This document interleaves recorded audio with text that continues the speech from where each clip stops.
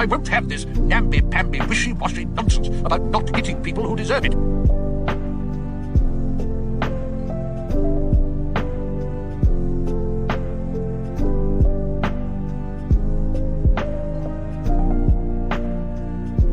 Fly, my hawkmen!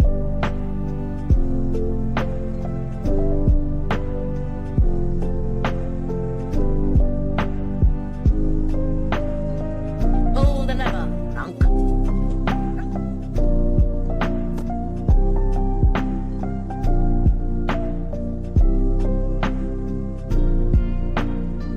Gotta give him that hot, good spit on that thing.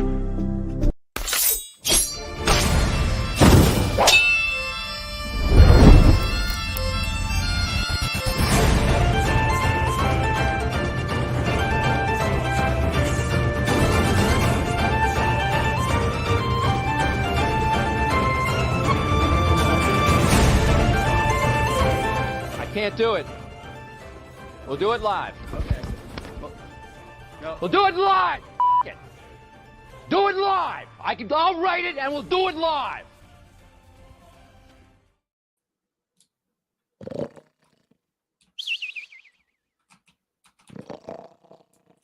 Hey, Shaun. Yeah. There's someone in there, man. Let's go, open it up. Go. Hello? Is anyone? You go first. Okay. Hey, Spencer. Ah, Huh? Spencer. No Wake way. up. wait, up. Oh, It's shroud time. It's time. it's not enshrouded time. It is. Shaun, I think he needs a bit more force.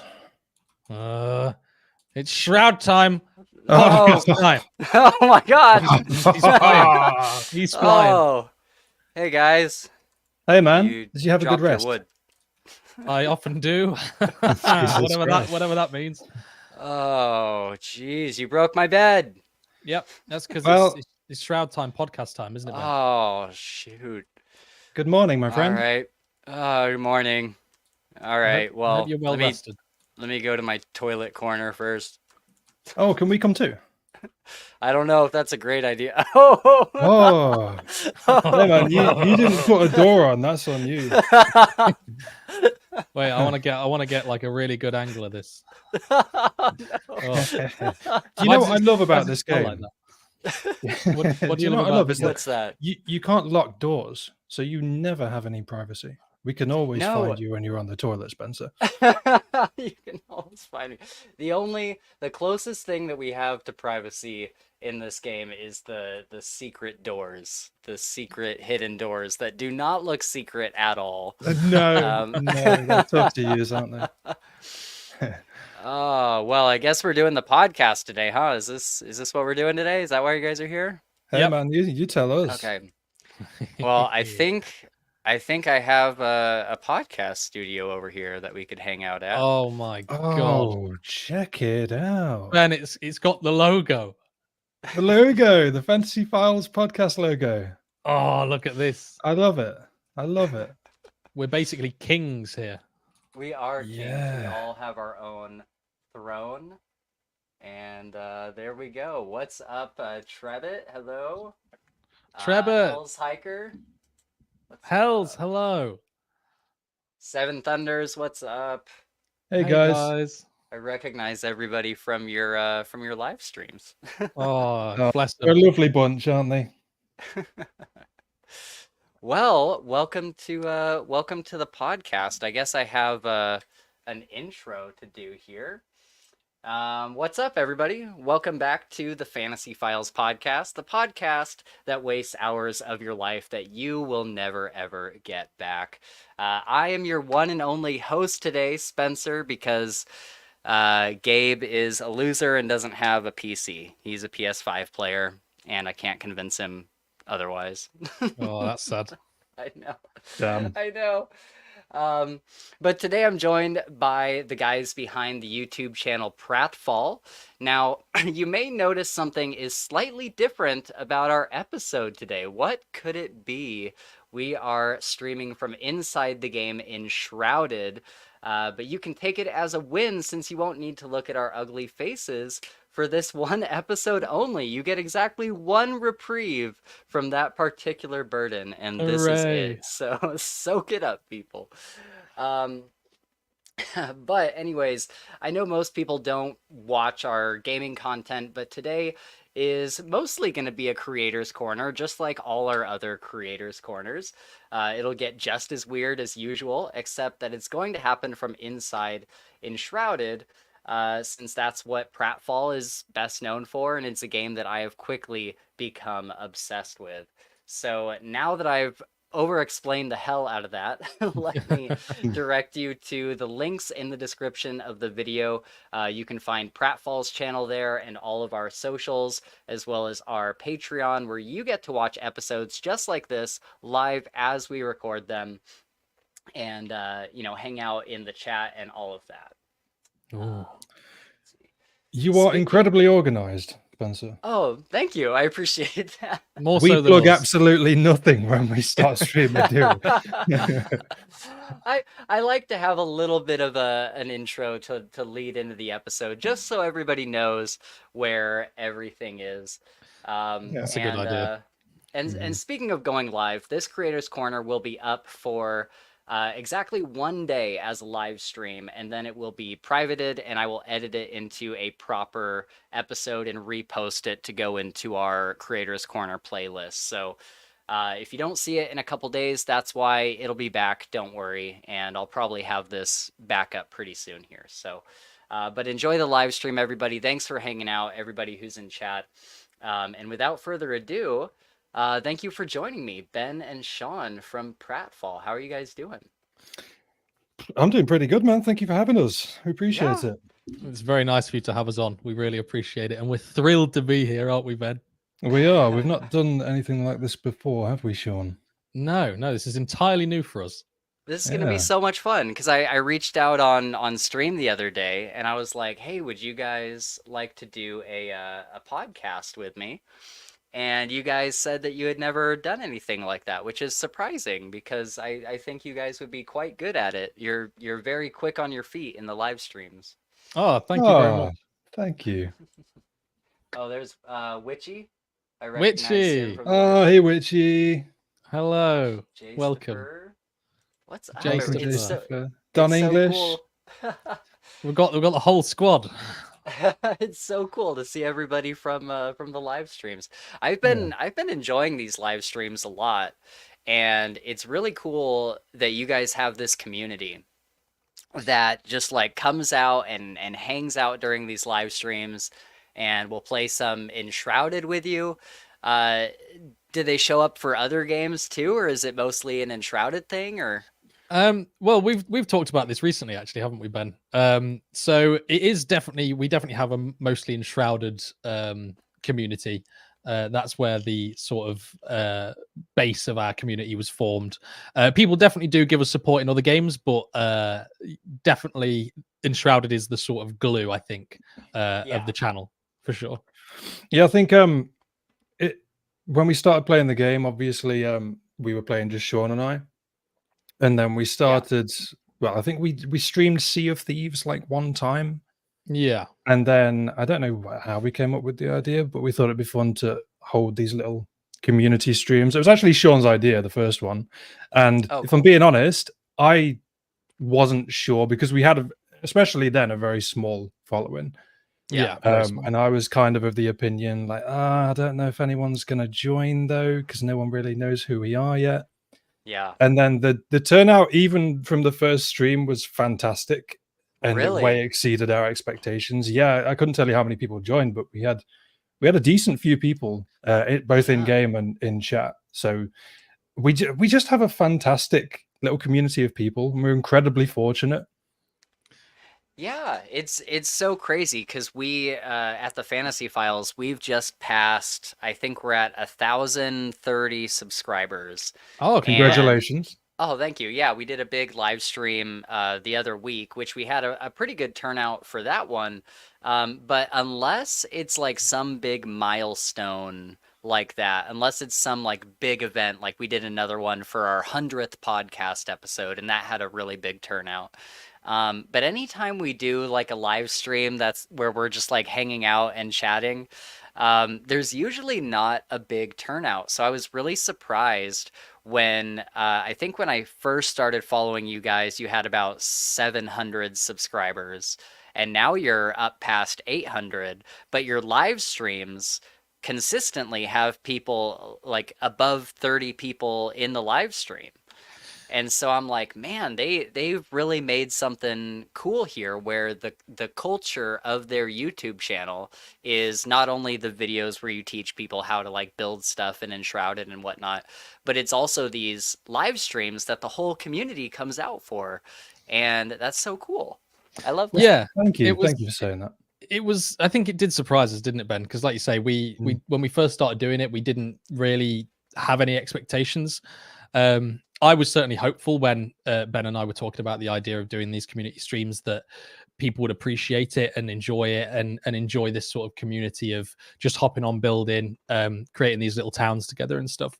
But I think a big part of it is definitely Enshrouded itself, because I think it really lends itself to that sort of style of just hopping on with a big group of people. Some people are off doing their own thing, some people are in the town building together. And it just seemed to people just seem to really enjoy it, and obviously people enjoy it, we want to do more of it, sort of thing. The funny thing too is when we started out the community streams, the first one, and again Shaun's idea, we put out a post on YouTube. It's still there, and the idea was basically inviting people to help us kill the Wisp Wyvern in like a fresh world. Yeah. Oh, okay. And I said to Shaun, mate, there's no way in one session we can get to the point where we can kill the Wisp Wyvern. And he's like, no, man, I think we can do it. Yeah, I think we can. If we have enough people, we can do it. I'm like, how okay, long was that live stream? Yeah, we just gave up in the end, didn't we? Yeah, the stream was about 2 hours, and a lot of people joined, and I think 1 or 2 were like, yeah, cool, I'm down to like try and level up and get over there, whatever. And then some people were just, no, I'm gonna build. I just want to build. And people had a good time, and I don't think at that point we even intended to make it like a weekly thing, did we? No, it was just like an event that we wanted to do. Right. Yeah, but people seem to enjoy it.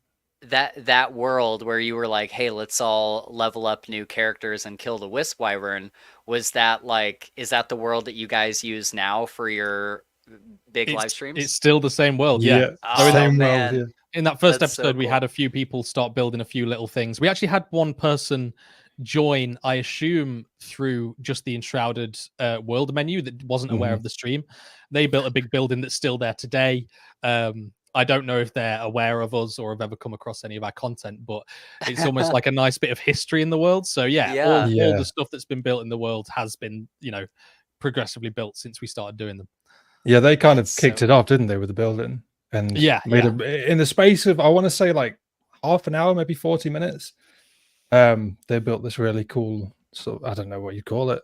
It's like sort a of small castle structure. Yeah, small fort or castle, yeah. Yeah, and then people just kind of followed suit and started building. Now, ironically, Shaun and I have probably built the least amount on that world, because I don't know about you, Shaun, but I don't really enjoy building when I'm streaming because I have a very short attention span, so I can only focus on one thing at once. So if I start like focusing on a build project, I just go completely silent. Yeah. So it's probably not the best for me to do. There's, it's got to be a hard thing to do on a live stream because it is very intensive as far as, when I'm building something, I'll usually build something and then tear it all the way down and rebuild it like a slightly different way. Because they're like, I have like an image in my mind, like this blacksmith's thing that's behind you. Who's on the right? Is that Ben? Yeah. The blacksmith's like brick cottage thing over there, that went through several different iterations before I finally landed on like what that actually is. And it's still like very simple and very, whatever, but it originally was just like a little hut, or not even a hut. It was more like the little gardening center thing I have over there, where it was like some posts and like it had like a covering and there was just a bunch of blacksmith stuff in there. and I eventually turned it into a house. But I mean, my point is that that's got to be it's kind of hard to make content out of that, right? Out of like all these little incremental things, but that's something that you guys do so well. Is I'll talk about how I found you guys in a second, but one of the first videos I saw of your guys's was it was building the dwarven mountainside home. Fantastic build and fantastic video from Ben there. Yeah, Thank you. that was super, super cool. And you guys have a way of like, oh, well, let me experiment with this block, or let me experiment with this thing, and let's just see how that looks. Or maybe I can use, instead of using a window like a window, maybe I can use it as like a railing or something. And I very much enjoyed that build and all of your other guys's builds. You'll see later when I give you the tour of my other base that I took the idea of the tiered gardens that you guys have done. Okay, cool. I really liked those. Fantastic. But yeah, I think I found you guys from your Wisp Wyvern. I think it was right after they had introduced the difficulty settings. The modifiers, yeah. And you guys uploaded a video that you denied a couple streams ago, which I thought was funny. But you guys cranked the settings up on the Wisp Wyvern and attacked it from every difficulty. And we cleared it too. We did it. Yeah, that was which is surprising because we are very bad at games. We are quite bad. Yeah. We're not very good. I mean, we can build okay, but when it comes to the main bulk mechanics of most games that we play, we're really, really not very good. And you know what, mate? We've come to realize. So Shaun and I used to consider ourselves pretty experienced builders, didn't we? Yes. And we've said this a couple of times recently. Since we started our Discord, and we've had a few people join the Discord. We encourage people to share their builds and stuff like that from their own worlds. And some of the things that people make blows my mind. Are insane. Because again, we've worked on some like fairly large scale things. Shaun more so. Shaun's better at like cities and town building and stuff like that. But yeah, I visited his name's Emilio from our Discord server. I visited his world, and the work that he's put in is astounding. So I don't want to say it's kind of demoralizing in terms of making build videos. It certainly puts things into perspective, doesn't it? It does. And now we look at it and we go, well, what can we offer these people that we don't already know? But well, I mean, we can get into all that stuff, but we're kind of trying to take the channel in a slightly different direction now, aren't we? Yeah. Away from build videos. Purely build videos, yeah. Because that was definitely the thing that kind of got our foot in the door, I guess, in terms of a bit of viewership. But yeah, we don't want to stagnate, and we're always looking for new and like interesting things that we can do. And we love Enshrouded. We don't necessarily want to move on to another like main game. We'd like to stick with Enshrouded if we can, but we need to keep it fresh for us and for the viewers. So 100%. That's the hardest thing about YouTube sometimes, is just trying to find ways to iterate and grow. For a while, when we first started our channel, it was primarily book discussions, like spoiler discussions. Sure. And from there, we got a good turnout for some of those videos, especially early on. It was kind of surprising. But from there, it was kind of like, okay, well, if people haven't read the book that we're discussing, then it's very difficult for them to engage with the episode, because they don't want to get spoiled with that book, because then it may be a book that they want to read later on. So maybe they just don't watch the episode because they haven't read it. And so it's like, okay, what do you do from there? So then you introduce spoiler-free book reviews, where it's just me in front of a camera for 20 minutes and I'm talking about a book I read in like a very spoiler-free way. And then from there, we started to, grow a community where a lot of people wanted to come on the channel and just hang out. And so it's like, okay, let's do like off-topic videos. But then that's not sustainable either, because the people that are there for the book stuff aren't necessarily always coming out for just, off-topic talking about life and aliens and whatever weird stuff, like people are like, I want to hear about the books. And so it's definitely a juggling act of trying to put out content and space it out properly to where your viewers aren't getting upset with the content you're putting out, and also YouTube isn't punishing you with the algorithm, because if you put out videos that people aren't interested in right away, then YouTube's like, I'm just not going to recommend that video. It gets buried. Exactly. Yeah. And so it's tough, because like we have we went through a trilogy of books recently called the Gentleman Bastards trilogy. It's very, very good, and lots of people like it, but for some reason the videos were just like not, the episodes were just not doing that well.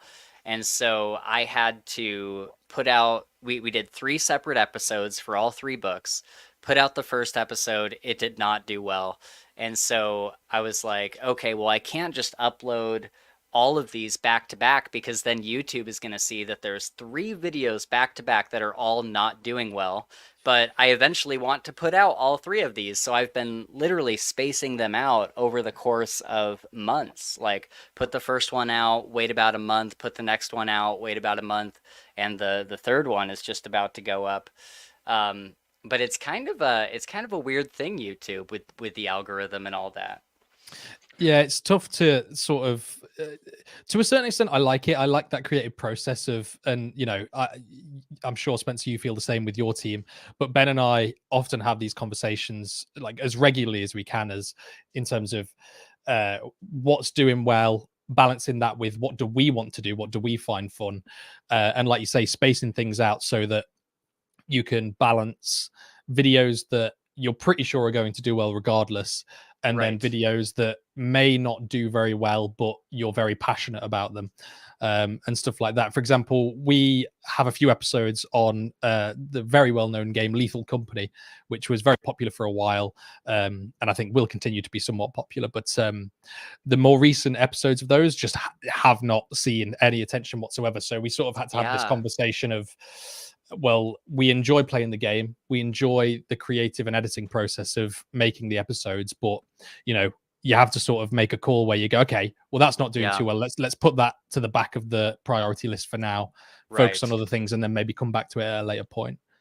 It's hard, right? Because you have to balance, you never want it to be like, oh, I'm just doing the things that the algorithm wants me to do, because then it's not like a fun hobby anymore, right? It's like a day job.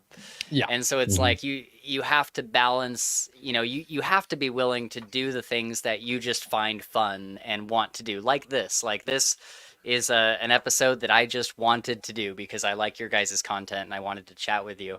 But, then there's other things where it's like, you have to balance those kind of projects with the ones where it's like, okay, I know that this is going to do well and it's going to make YouTube, give me a little bit of a boost for a week or something, Yeah, it's tough. I mean, you have to keep yourself happy first and foremost.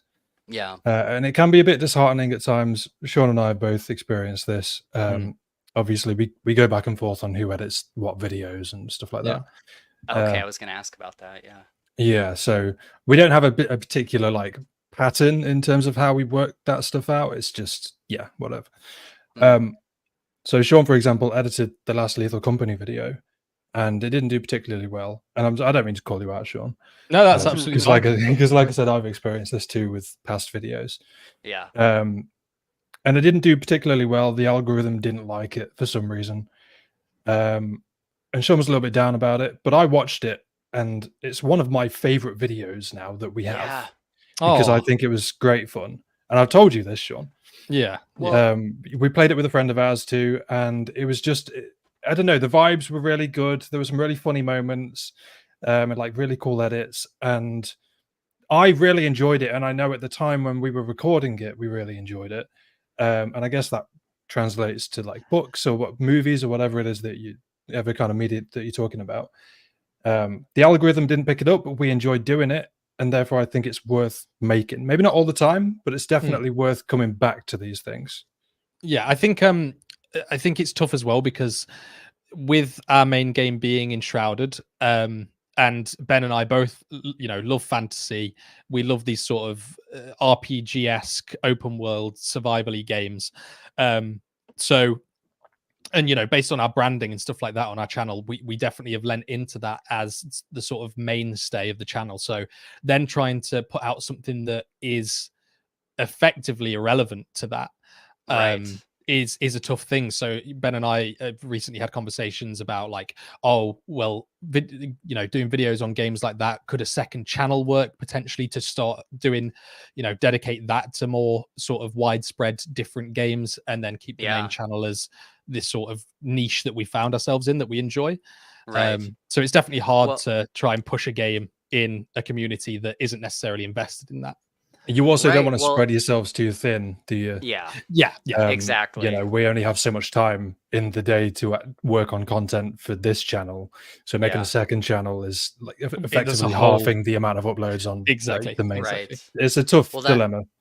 That's the hard thing, right? Because for you guys, it would make sense to keep PratFall like specifically a survival game based channels, like survival crafting, building, those kind of games, and then make a second channel that's like Lethal Company or VR games or whatever, which would be like a great idea. But then it's also like pretty early on, I would say maybe after about a year of podcasting, we realized that we wanted to also talk about like movies and TV shows. And it was right around the time that the new season of Dexter had just come out after like 8 years of being off the air.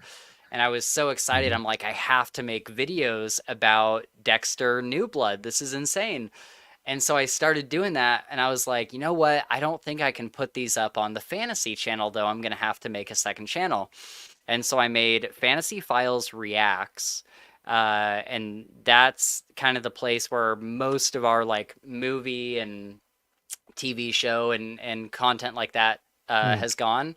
But at the same time, it's like I have not uploaded there in like a year just because I don't have time to not only do, reviews and discussions and this and that for the main channel, but then also be watching every show that comes out and put out content for that. I would just be like, the second channel would have to be much less edited, like much less attention paid to it, because I don't even really have time to watch all the new movies and all the TV shows, let alone make content about them.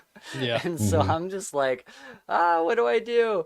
But yeah, it's tough when trying to figure out what content goes where, right? Like, especially when there's content that you do enjoy doing that doesn't match up with the main bulk of what you're doing, sort of thing. Right. Yeah. Exactly. I want to give a shout out to some people who have been chatting. We got my friend John Douglas here. He says, "You have a fantastic community," and then I show up to wreck the vibe. I always love fantastic. John popping in. Seven Thunder says, likes and comments on videos are important for those algorithms too. Absolutely. And that's something where, when you get a good community behind you, initially when you start a channel, I feel like, and you tell people, remember to like and subscribe, the viewers are pretty much just giving you the finger, like, fuck off. I just came here to watch a video. Like, don't ask me for your subscription.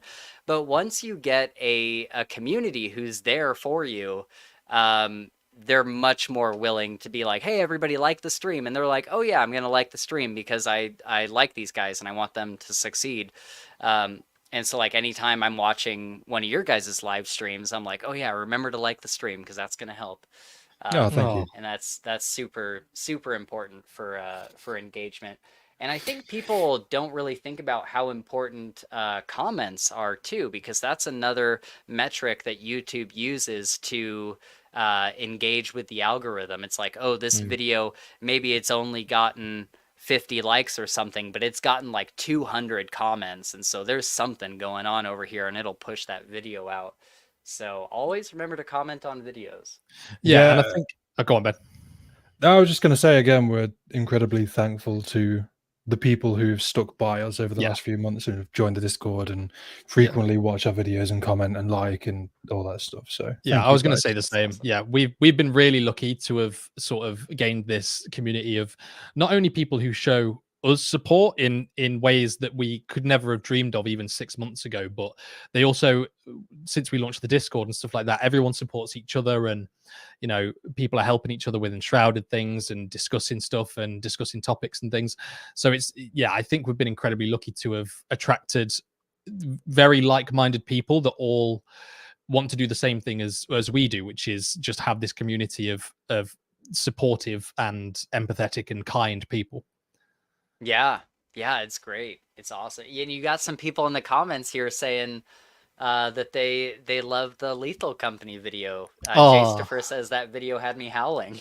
Oh, thank you, Jaystifer. So it looks like your core community is watching your other stuff too, which is really cool. Can I just say real quick, the sunsets in this game are so awesome. I love when it goes from day to night. It just feels so good. It's kind of simple, like it happens very like incrementally, but I love the lighting in the this color game. palette. The lighting's fantastic. Yeah. Yes, it's so good. It's so good. Even here with like the stage, the blue and the white lights just looks really good.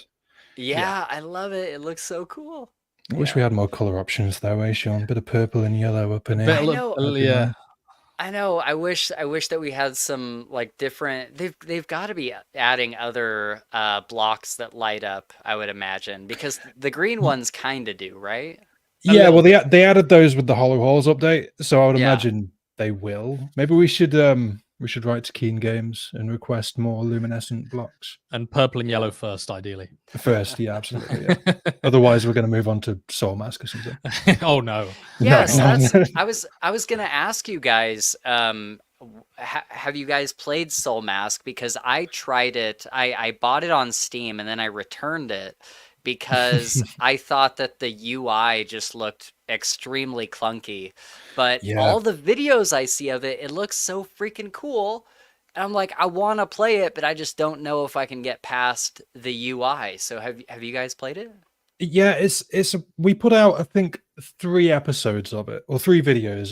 The first one was me essentially like giving my first impressions and like building a bit in the game, which was really weird because I think that's the first video like that I've put out by myself.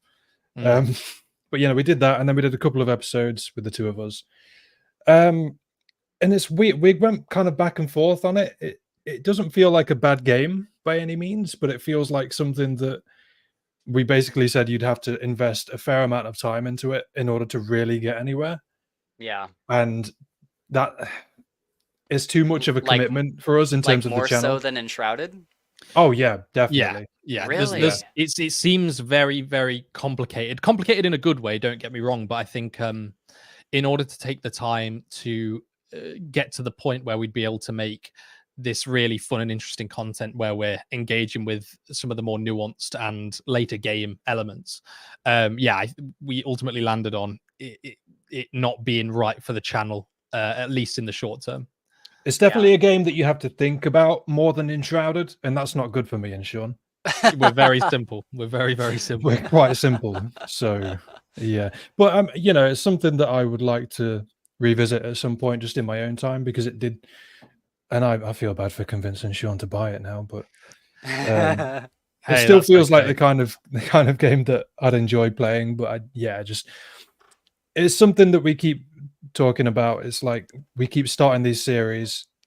Well, I say keep. I think that was the only one, to be fair. But we don't want to start a series on something and then quit playing it after like a few episodes. That's tough, right? Whereas with like Lethal Company, again, to go back to that, those all work as standalone episodes. So if we now decide, we're never going to make another Lethal Company video, it's fine because they stand on their own.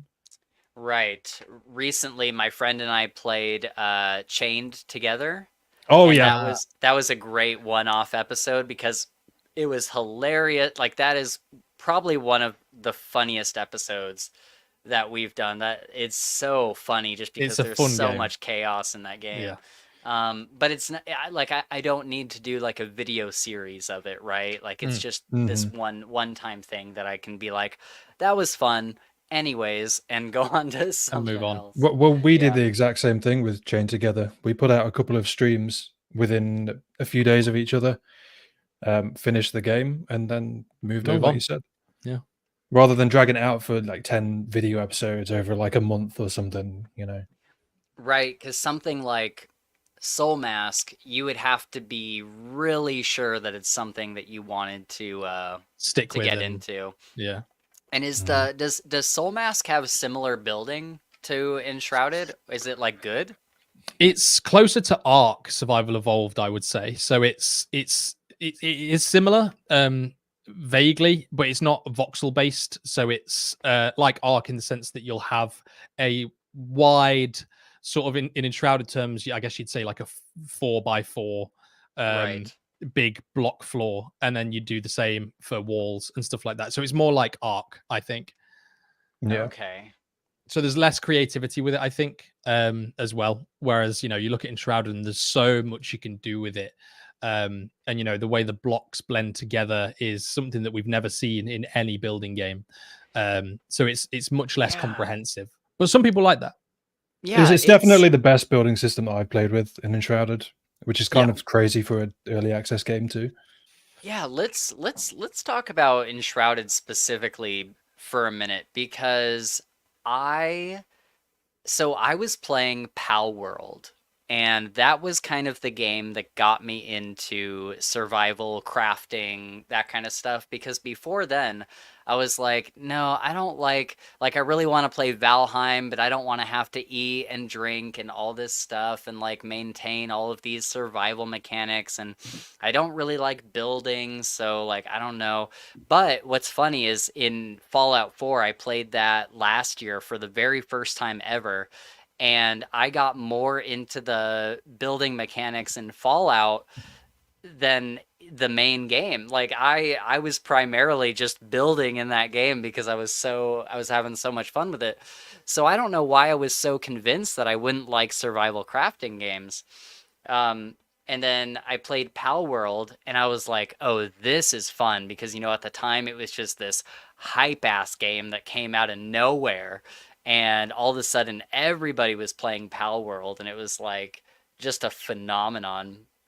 But Pal World's issue is that you can't, it's not very good for co-op. Like you guys are able to come in with all of your gear from your other world and bring it into my world and sit on this podcast stage with me in my server. And so it's like, you can't do that in Pal World. You have to create a completely new character, start all the way from the beginning. And so at that point, I was like, okay, like I got pretty far in Pal World, but I was like, nobody can come to my server and I can't go to theirs. This is kind of lame. Did you guys play Pal World at all? We actually didn't. Oh, no way. Yeah, so it's interesting you sort of mentioned Pal World and Enshrouded together because they released Ben, do you know how was it the same week or something? It was very close. It was within at a least couple the of same weeks month. of each other. Yeah. Yeah. Go on. So and Ben and I obviously got hooked on Enshrouded because we'd been looking forward to it since I don't even know. We'd seen the trailer for it way before. And we were buzzing for it for the whole time that we were waiting for the early access release. So we hopped on that straight away. So Pal World completely passed us by. We obviously were aware of like the phenomenon of it, but yeah, I've to this day I've not played Pal World at all, nor really seen any gameplay of it. You guys should. We should all seriously. We should all create a Pal World server and just be on there together because I think you guys would have so much fun with it. It's obviously not nearly as in-depth as Enshrouded is, but there is something just really fun about it. It is a really good time. I think it would suit our vibe quite well, just seeing all the different creatures and things like that. I think we would have fun with it. I bet it would do really well on your channel, actually. It's tough, isn't it? Because it's obviously been out for a while now. Yeah. But yeah, I would like to. Yeah, I'd like to play it. I love Pokemon, so. Especially with your community, I bet your community would come out and be on like a dedicated server with you guys. Because, like I said, you can't go back and forth, but you can all be on one server from the beginning together. And build That's up. that's a good idea. We could just start with the community. Yeah. That could be our first exposure to the game, perhaps. That'd be fun. That'd be super fun. I would come out for that for sure. Awesome.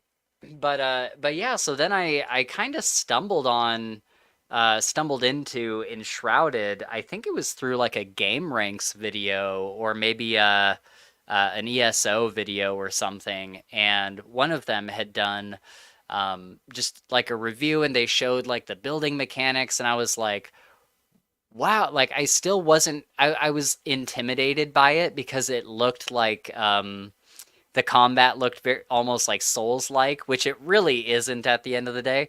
But Shaun in would the love it if it video, was. right? I just want iframes. That's all I want. The closest this game has ever come to feeling like a Souls-like is when I fight the green guys, the green scythe guys. Oh Yeah. man, Greenman. yeah, the Greenman. Yeah. Awful. But yeah, I was watching this video and I'm like, I don't know, the combat looks really hard, and I'm not against hard games, but I'm just like, it just looked intimidating, and so I put it off for a while, and I kept playing Enshrouded, or I kept playing Pal World, and then finally I was like, I had just gotten my paycheck, and I was like, what game do I want? I was kind of looking through Steam, and I'm like, fuck it, I'm gonna try Enshrouded, like I'll just pick it up and give it a shot. And guys, I so quickly fell in love with this game. I played it the first night and I was like, oh, that was kind of difficult. I had started off here and then I went up to, like if you go up like that way, like up that way, there's like a encampment. Yes, yeah. And I went up there and it was having me pick up like the metal scraps and stuff. And I was like just getting my ass kicked, and I kind of closed the game at the end of the night, and I'm like, well, that was really tough. I don't know. I might go back to it. I might just keep playing Pal World. And I think I played Pal World for like another week before I came back to this game. And then literally from the second time that I logged into this game, it was just no life Enshrouded. It was just off to the races. I was playing this game so much. I think I have 250 or 60 hours in this game. And I just played it like every single night. I was so hooked on it. And I think what was so fun was this true sense of adventure and exploration. Like it doesn't give you, at least initially, it doesn't give you a lot of options for fast travel. You have to you start off with only being able to make one fast travel altar, and then you can make like a second one a little bit later, and you eventually get up to, I forget what it is, like 7 or 8. It's 8. Here's the sunrise. Yeah, I remember this one night specifically that just felt so cool. I had my bow and arrow. I knew that I wanted to be like an archer class. And it was somewhere in the Springlands, and I hadn't gotten any of the towers yet or anything. I had like the most basic armor, and I had a bow and an arrow. And I had found this tower. It was like an old church or something, and there was like a little building at the bottom, and then this big like watchtower that went up from it. And in front of this watchtower is a bridge that goes over to like this little piece of land. And I was just exploring, and I was using my pickaxe to like get up hills and stuff like that. And I ended up at this church or watchtower or whatever it is. And I kind of like cheat my way to the top. I like jumped on all these like odd things that you wouldn't normally jump on to get to the outside balcony to then climb up and all this stuff. And I'm at the top and the sun goes down. And I'm like, oh, and all of a sudden, I'm not kidding, it was like 10 or 15 of the Shroud zombie guys that were all just like coming across this bridge. It felt like have you guys ever played 7 Days to Die, where at the end of the 7 days, all the zombies come at you specifically? They're all hunting you. I've never played it, but I've seen a lot of gameplay of it. Yeah, I've played it briefly. It felt like that. I was just in the top of this tower, and all of these zombies were at the bottom, and they're sitting there on the bridge, like they're waiting for me to go down, and I'm like level 3 or 4. I'm like, man, I'm like, if I go down there, I am completely screwed. I'm not even sure if I had a glider yet. And I was just like, man, I'm so screwed if I come down from here. And so I'm sitting at the top of this tower, like shooting an arrow occasionally, but I also didn't want to exhaust all my arrows. And I had to sit there and wait out the entire night because I could fast travel back to my base, but then how am I going to get all the way back out to this church before it gets dark again? Because that's the way that I wanted to go or whatever. And so it's such a sense of like immersion and exploration. Like for that night, I really felt like I was waiting out a zombie attack or something. It felt so cool. And this game has that all across it. And of course, as you level up and get more fast travel areas and everything, it gets significantly easier. But there's still that sense of like wonder every time I go somewhere new. Like even when they opened up Blackmire, my friend and I were exploring that, and we had the same experience as you guys. I just watched your Blackmire video, and you know the thing in the tar pits hops up at you, and you're like, "What is that?" And just like that moment. Oh, it's so good. Yeah, the progression in the game in terms of exploration, like you're talking about, is really, really well made. Like you say, you feel powerless at the start, and you're dying over and over again. And like you say, you get trapped in these areas, and you're like, well, what do I even do here? And then you obviously progress through the game, and you start to gain more abilities and more skills and better armor and weapons. And you know, by the time you reach the point of, you know, the current version of what end game is, once you've done everything, you're a nice balance between just about nearly a god and you know, still having moments where you struggle.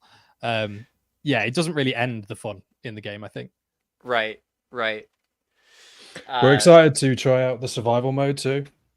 I haven't played around with that yet. Yeah, we obviously, you mentioned like the Wisp Wyvern video, so we tried out the different like difficulty settings, but we haven't actually tried survival yet, where, you know, you're forced to eat food and things like that. So we're thinking of making a sort of dedicated video just on the survival mode, see how that would be great. Different, see how different it plays to like the regular difficulty settings. Because I can't imagine it will be drastically different, but Shaun and I are pretty notorious for forgetting to eat. So yeah, that being an essential mechanic will be interesting for us. It might be quite tough for us, I do think that Keen Games made the right call with having Enshrouded not need the hunger and thirst and all of that, because it makes it so accessible. That was one of the things where even in Pal World you need to like eat and drink and all that stuff. And when I got into Enshrouded, I was like, oh, it's a buff. It's not like this timer that's constantly going off. I think that's really cool too. Yeah, things like that are always quite divisive amongst people, because when the game was announced and when it first came out, I think the closest comparison people could make was to Valheim. Yeah. And, you know, I've played a decent amount of Valheim, and in that the game is quite punishing. Yeah. Because you do have to eat, you have to stay warm, etc., etc. So with hindsight, I don't think anyone's really comparing the game to Valheim now, because they are drastically different games. Do you think so? So I played about 6 hours of Valheim, and I was like, wow, this reminds me of like a really early Enshrouded, like interesting, a previous version of Enshrouded. But I didn't get very far in Valheim, so I don't really know. I think on paper, like when you actually, like if you looked at gameplay side by side and you'd never played either Valheim or Enshrouded, you'd go, yeah, sure, they're similar games, right? You know, base building, etc., etc. But yeah, once you've played, I mean, I've only played a little bit of Valheim, but I've seen a decent bit of it. Like Ben said, they are very, very different games ultimately, and I think you know, Enshrouded is a much more laid back experience. And like you mentioned, Spencer, I think that's done Keen Games a load of favors, because, you know, when Ben and I did our like main original Enshrouded series, the sort of laid back nature of the game allowed this first burst of our humor and fun to come out. Yeah. And create a lot of those funny moments that I think if it was a punishing game or a really, really difficult game, I think sort of similar to how we were talking about Soul Mask, I don't think our humor and our sense of fun would be able to come out if the game was really difficult.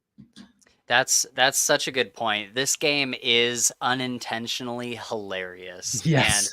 And my friend that I have pulled up on screen here, Nova, she's been the one that has been playing this game with me religiously for like months and months and months now. And we've gone through like all the updates together and all the hollowed halls and stuff. And it is like there is just some moments where somebody will fall off a cliff and it's like, you jackass, and you get to make fun of the person that you're hanging out with. And it's so good. It's so good. Yeah, you have so much fun with like the really simple moments. Like a silly moment like you're talking about is always just around the corner. Yeah. It's it's become almost a meme at this point, like the early access survival base building game, because there seem to be so many of them, especially like the last couple of years, so many of them being released. Yeah. But I mean, I've played and we've played a fair few at this point, and just none of them have grabbed our attention like Enshrouded has. I know. I was thinking about this the other day. I'm like, how is Enshrouded like unintentionally the best game out right now? Like how how does Enshrouded just have everything that I want? And anytime that I look at Steam, like, oh, what other like survival crafting games could I play? Like, let me see what's on the list. And I'm just like, yeah, but Enshrouded has all this and it's better. Nothing comes close, does it? Nothing comes close. Yeah. I mean, honestly, I think if not for the community streams, though, we wouldn't be making as much content on it as we currently are. Because, like we've said, we appreciate everyone who's like supported us, and we want to give back to people in whatever way we can. Hence the community streams. We obviously really enjoy it. We know other people enjoy it. We've got a few ideas. We've got something special planned for tomorrow night, which cool. I don't want to get into too much, but Spencer, you're obviously welcome to join us for that stream if you like. So it's going to be our usual kind of community stream, but we have with a twist where we have like a fun little sort of game planned for the start of the stream. Don't know how long it's going to last. It could be a few minutes. It could be half hour or something like that. Okay. But we just want to do these things to try and keep the game fresh, like we said, for us and for other people, and sort of showcase what you can do in the game and like push the limits of the game. If you like our hide and seek video, for example, do things that people haven't really thought of doing yet. Let's talk about your hide and seek video. That was so brilliant. Like when it popped up, like I think I literally said out loud, like, oh, that's brilliant. Because what better game than Enshrouded to make some sort of like obstacle course or maze or just area where you and your friend can hide and then the other person tries to find you. I was just like, wow, that was smart. Was that just like a random idea you guys had, or how did that come about? I don't remember exactly how it came about. I know at this point we both have little notebooks. Shaun has a purple notebook and I have a yellow notebook for PratFall.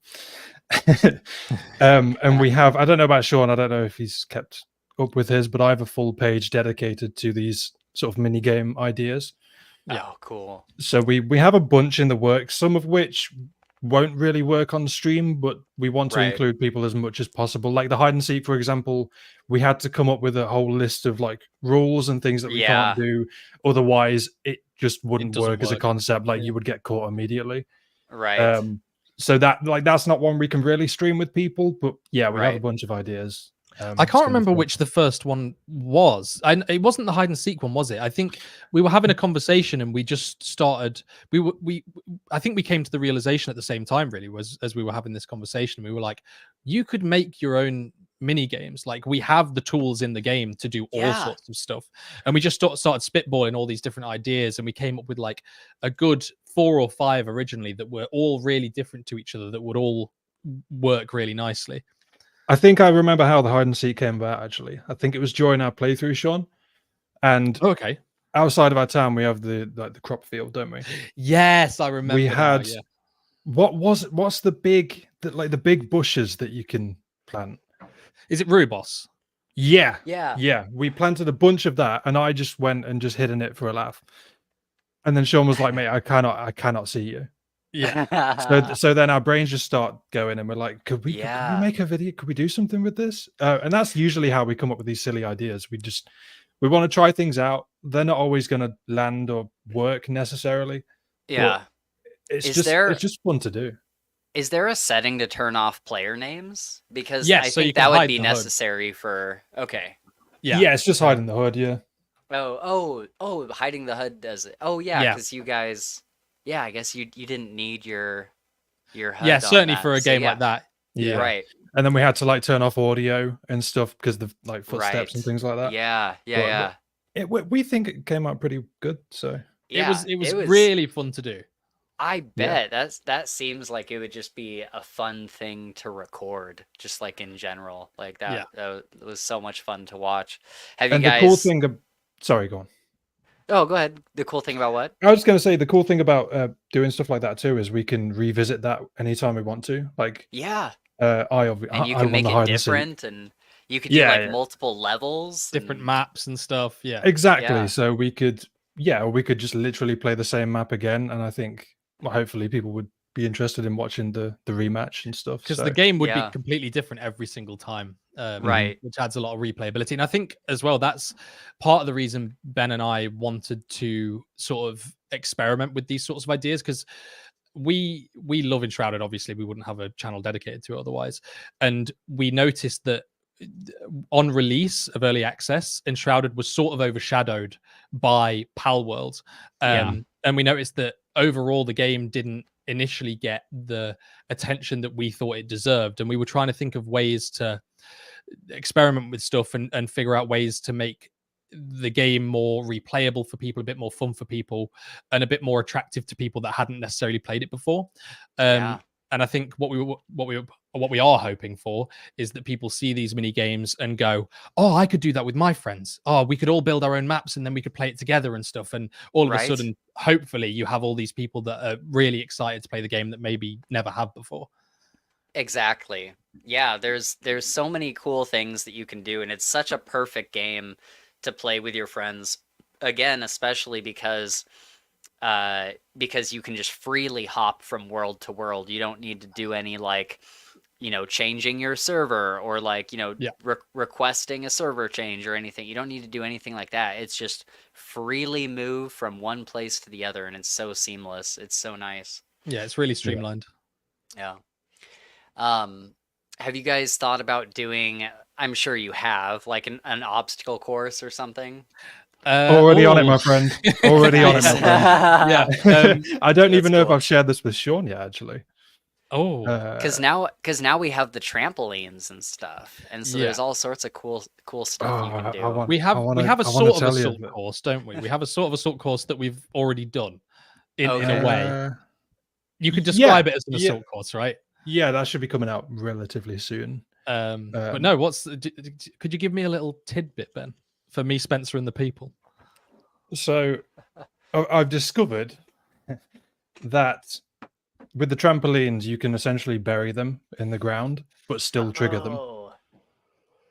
So you dig a hole out of the ground, you put a trampoline in, and then you cover like the top layer with dirt so that you can't see them. But if you walk over them, it will still activate them.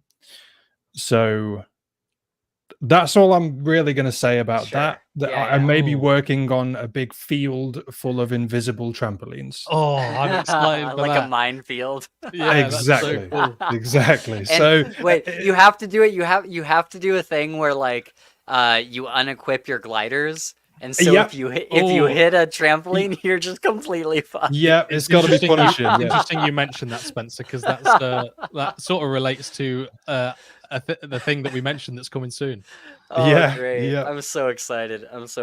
It just makes it so much more fun when somebody falls. Yeah. Oh, that's so good. Yeah. Karen mentions in the chat, she says, Enshrouded launched at a wrong time with some other games together, if Yeah. Enshrouded waited 1 month more to launch, it would have received more attention.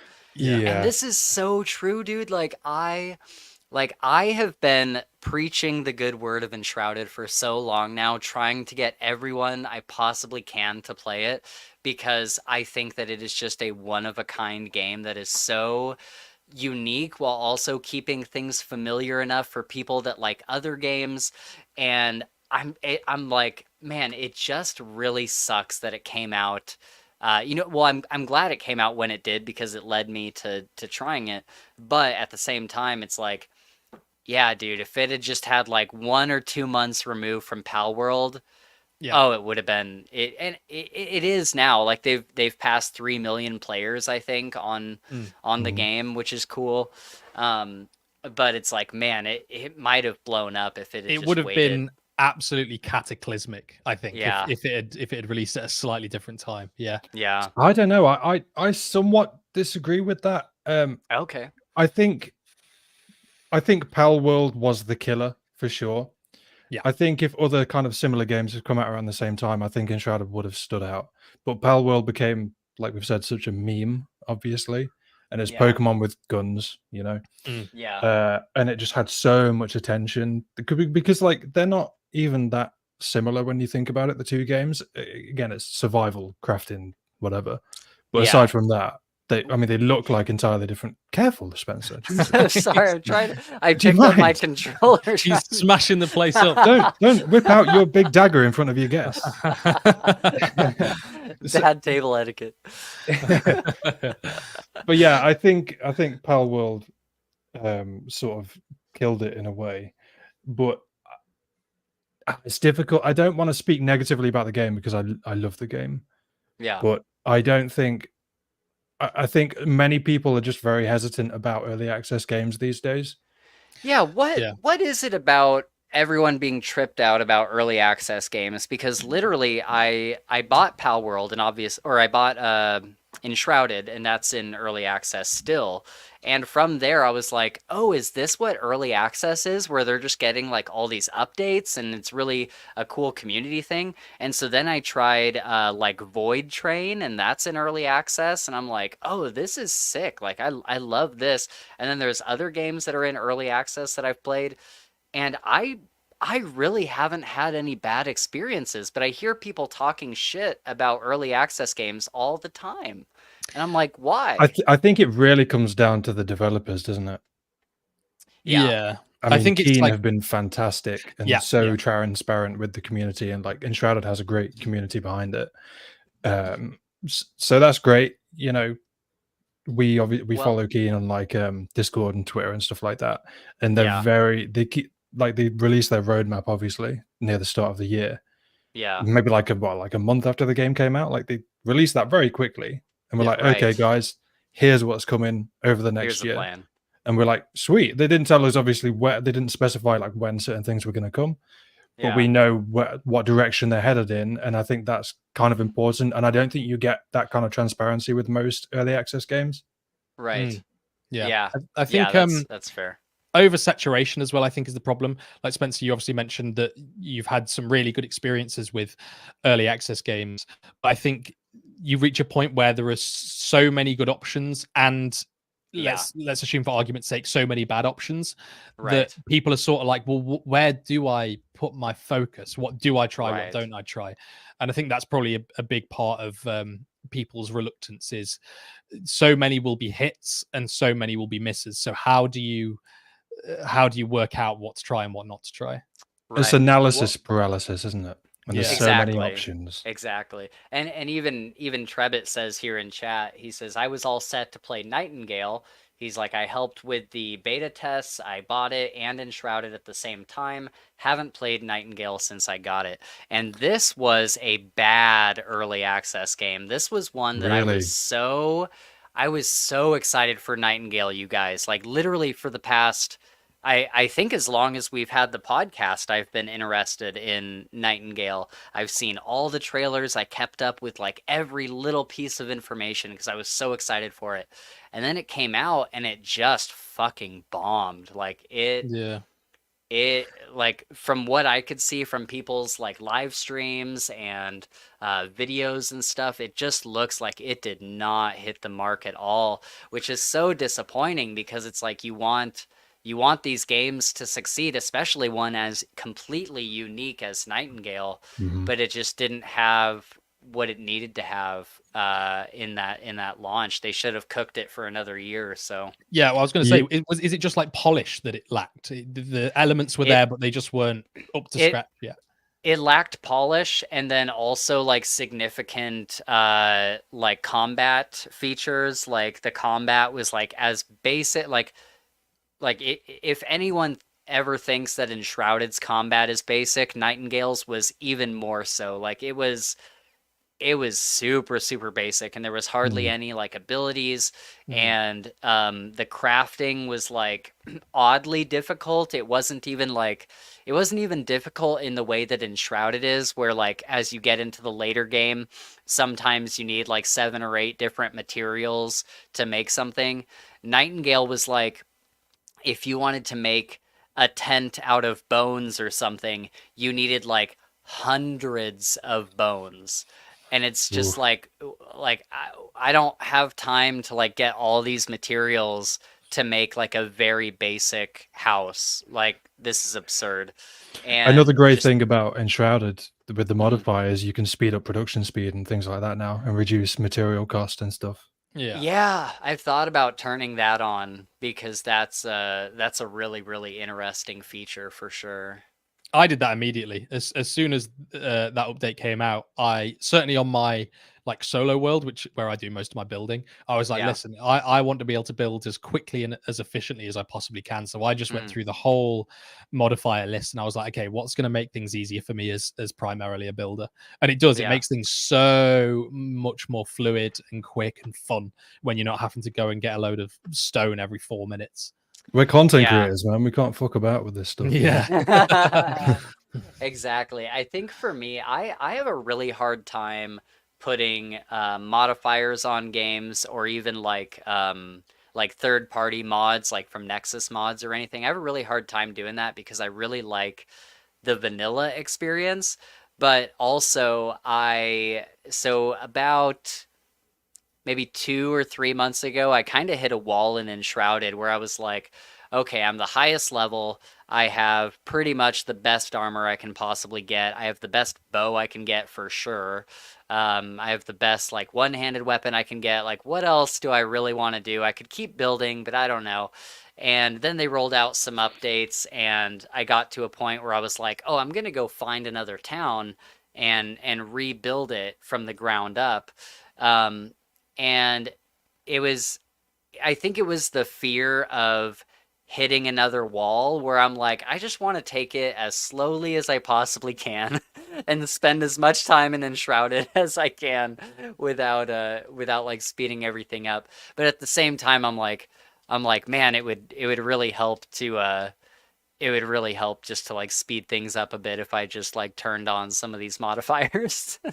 Yeah. I sort of had a similar thing, to be fair. Like it's almost like a pride. So I used to play a lot of Yeah. Minecraft. And I would always, a lot of people build in creative mode and stuff like that. I would always build in survival mode because I had a pride about building a town up manually Yeah. using the sort of base mechanics in the default mode. And I initially had a similar thing with Enshrouded. Like I wanted the pride of knowing I've got everything done myself. And it Right. was only recently, like loads of people use resource worlds and stuff for their building, and I didn't for a long time. And it was Uh-huh. only recently when one of our members of our community, Krazik, was lovely enough to host a resource server for us as a community, that I sort of was like, listen, I'm just going to have to bite the bullet, swallow my pride, and just go and grab a load of resources so I can have more fun with building and do it quicker. And then you Yeah. completely rinsed it. I took every single block out of that world, moved it over to my world. I followed you into the world afterwards, and I'm like, it's like the Oh, John everything's Travolta gone. meme, Pulp Fiction. Yeah, like where is everything? Yeah. Yeah, I just that's rinsed it. funny. Yeah, I have a resource server that I use. It's called Wolfrick's Item Mall, and That one's really good. They've done a lot of cool stuff with it, but I still have trouble like getting my resources there like I did for this live stream just so we had stuff to build with if we wanted. But I mostly go there for arrows and potions because Yes, sure. I hate doing those myself. It's a long process, isn't it? I actually Yeah. think that server that you're talking about is the same world that our community member used for his. So I think we're talking about Oh. the same world, Oh, where you sick. start in like a little sort of cage and there's stairs down into like an underground area, and that's where loads of magic chests are. No, I don't think that's this one. This one you Oh. just spawn up at the cinder vault up there, and then you just fly down to this area, and there's just like they've made like a whole town, but there's like chests and stuff and I all think that. I've seen the same one. Yeah. It's There's really a few different beautiful. variations. Yeah. Yeah. Well, as we kind of wrap up talking about Enshrouded specifically, I would love to talk about Keen Games in general because I think like this is something so unique for a game studio to be putting out like constant updates, not only updates to the game, but just updates to the community. Like, hey, we're working on this and we're working on this and we're working on this. I think the only other company that I've seen do this is the team behind Helldivers and what is that, Arrowhead Studios. They're putting out updates all the time. But for something like Enshrouded, I'm just like, man, I just want to support these guys however I can, whether that's like buying another copy of the game for a friend or something, you know, like I wish they had like a Patreon or something so I could just send them money. Yeah. Because I just want to support this game so much. So They deserve all the support.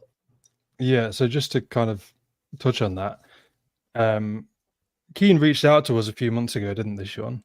They No did indeed. shit. Yeah. And this was a while ago now, but they said they enjoyed our content. It was one of their like marketing team, whatever. Oh shit. And they offered us a couple of Steam keys for Enshrouded. Oh, that's great. To give away to our community. It was really surprising. We almost didn't trust it. Well, I certainly didn't trust it at first. It was weird, wasn't it? Yeah, it was seemed like too good to be true. I think for us it was like 10 o'clock at night or something, and we're just chilling, doing whatever we were doing separately. And Shaun messaged me and he was like, "This isn't real, is it? This is fake." And then we were going back and forth on it, and our partners were getting involved. We were talking to them like, "Do you think this is legit, or do you think it's like a scam or something?" But eventually we settled on, okay, it seems legit, so we went for it, and started talking to this guy from Keen Games, and he gave us a couple of Steam keys. So, and that was after our first community stream, wasn't it, Shaun? Yes, yeah. It was quite early on. Because then we did a giveaway on our like second or third stream, because we thought it'd be a nice thing to do, and then we kind of messed up the draw because again we don't really know what we're doing, Spencer. We're trying, but we don't really even know how to end a stream. But yeah, so we tried to give away the key at the end, and people essentially like passed it on to the next person. So we had to do about 5 separate giveaways because our community is so nice, and they were like, "Well, I've already got the game. I'll give it to someone else who might want it."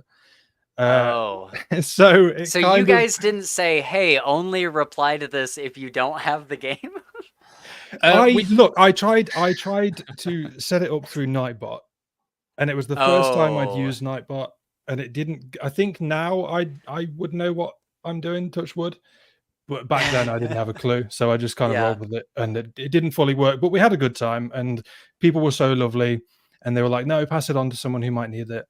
But that's great. Yeah, that was one of the keys, and we still have the second key. Yeah, we haven't done anything with it yet. Yeah, we've been trying to figure out a really fun and interesting way to give it away, I think.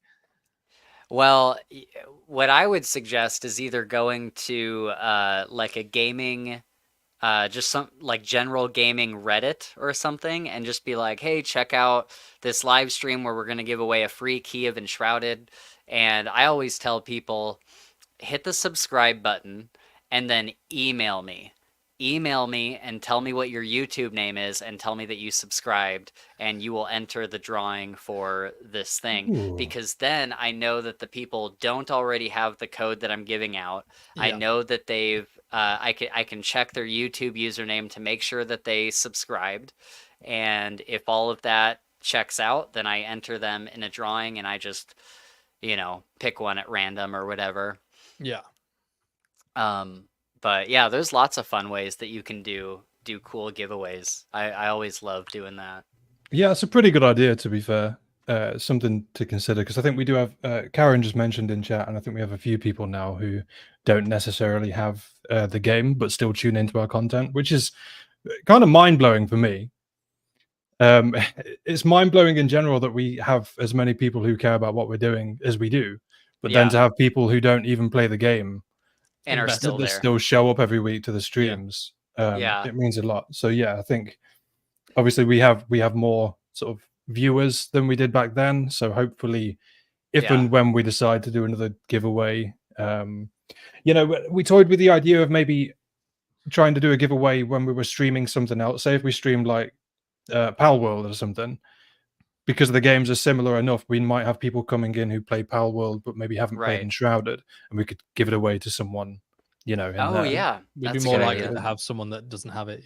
Yeah, there's a few ways of doing it. Yeah. Well, I wanted to ask you guys, so you two have such a good rapport on stream and in your videos, and you guys just seem really in sync with like your humor. You always know like kind of when to play off the other person. How do you guys, are you guys like best friends? Have you known each other for like a long time, or how do you guys know each other? Oh, do you want to take this one, Ben? I will let Shaun take point on this one. Okay. So Ben and I met, probably 3 years ago? About 3 years, yeah. 3 years ago, yeah. So we actually worked together for a good long while. Just a normal general job.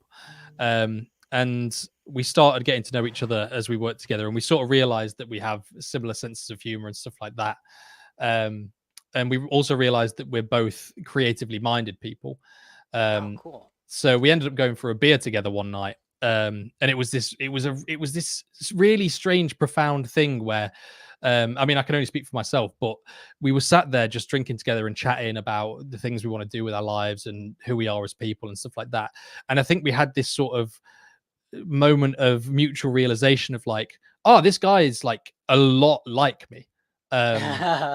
And then, you know, we both like games, and we both like similar things. We both like fantasy. I love those moments. And yeah, then we ultimately decided, oh, should we just start a YouTube channel together? You know, gives us a chance to interact with each other outside of work and stuff like that.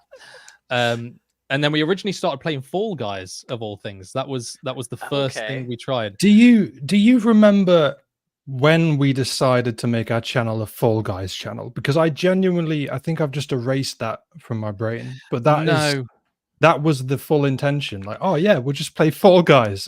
And that's gonna be what a game to be so specific about. Yeah, especially considering what we're doing now. It's weird. Yeah, I think we just wanted a game that we could jump into really easily, and stuff like that. Maybe it came from the name PratFall as well. PratFall has a Fall Guys slapstick element to it. Well, no, the name came after. We decided on Fall Guys, and then we kind of brainstormed ideas. I think I threw out one that was shit, and then you said PratFall, and I was like, mate, that's it. That's the one. That's brilliant. PratFall is also a very like British word, I feel like, too. Yeah, absolutely. I find it weird that nobody's questioned. No one has ever asked like what it means, and like you said, to someone who isn't a Brit, they may not understand what it means, but no one's ever questioned it. No, I think it's just so on brand. We have the Prat. It is kind of on brand. Prat chat is, you know, it just works. Yeah, you have so many. And where did Pratt Man come from? I don't think I even know what Pratt Man is, but I've heard you mention it so much. Pratt Man was, so we were on shift together, I think, weren't we? Yes. And I assumed it was me that decided we needed a mascot for the channel for some reason. And I think I was on my lunch break, and I just took a piece of paper from the work printer and just started sketching out a little I don't know how to describe him, Shaun. He's a little Wait, is he an man. actual thing that you've like designed? Like, Yeah, is he an Yeah, actual? He we drew have it. actual like early drawings of Pratman. Oh shit! So he's a little sort of like tubby yellow man with a purple mask and little polka dot shorts. And I don't know what I don't know why.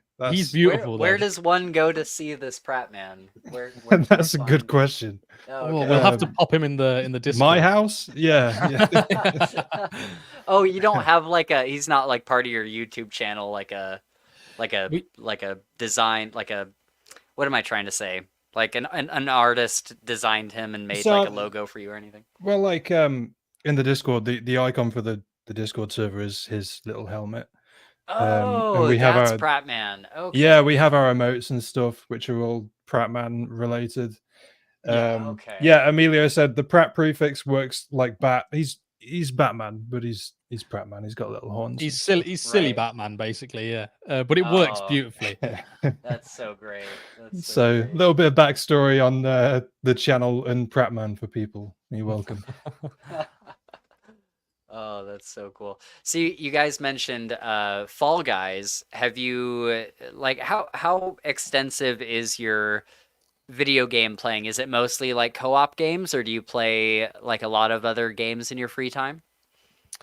Oh, I mean, I think it's interesting because I think separately from the channel, I think Ben and I tend to play quite different games. Would that be fair to say? Oh, Yeah, so I was a massive Halo fan when I was younger.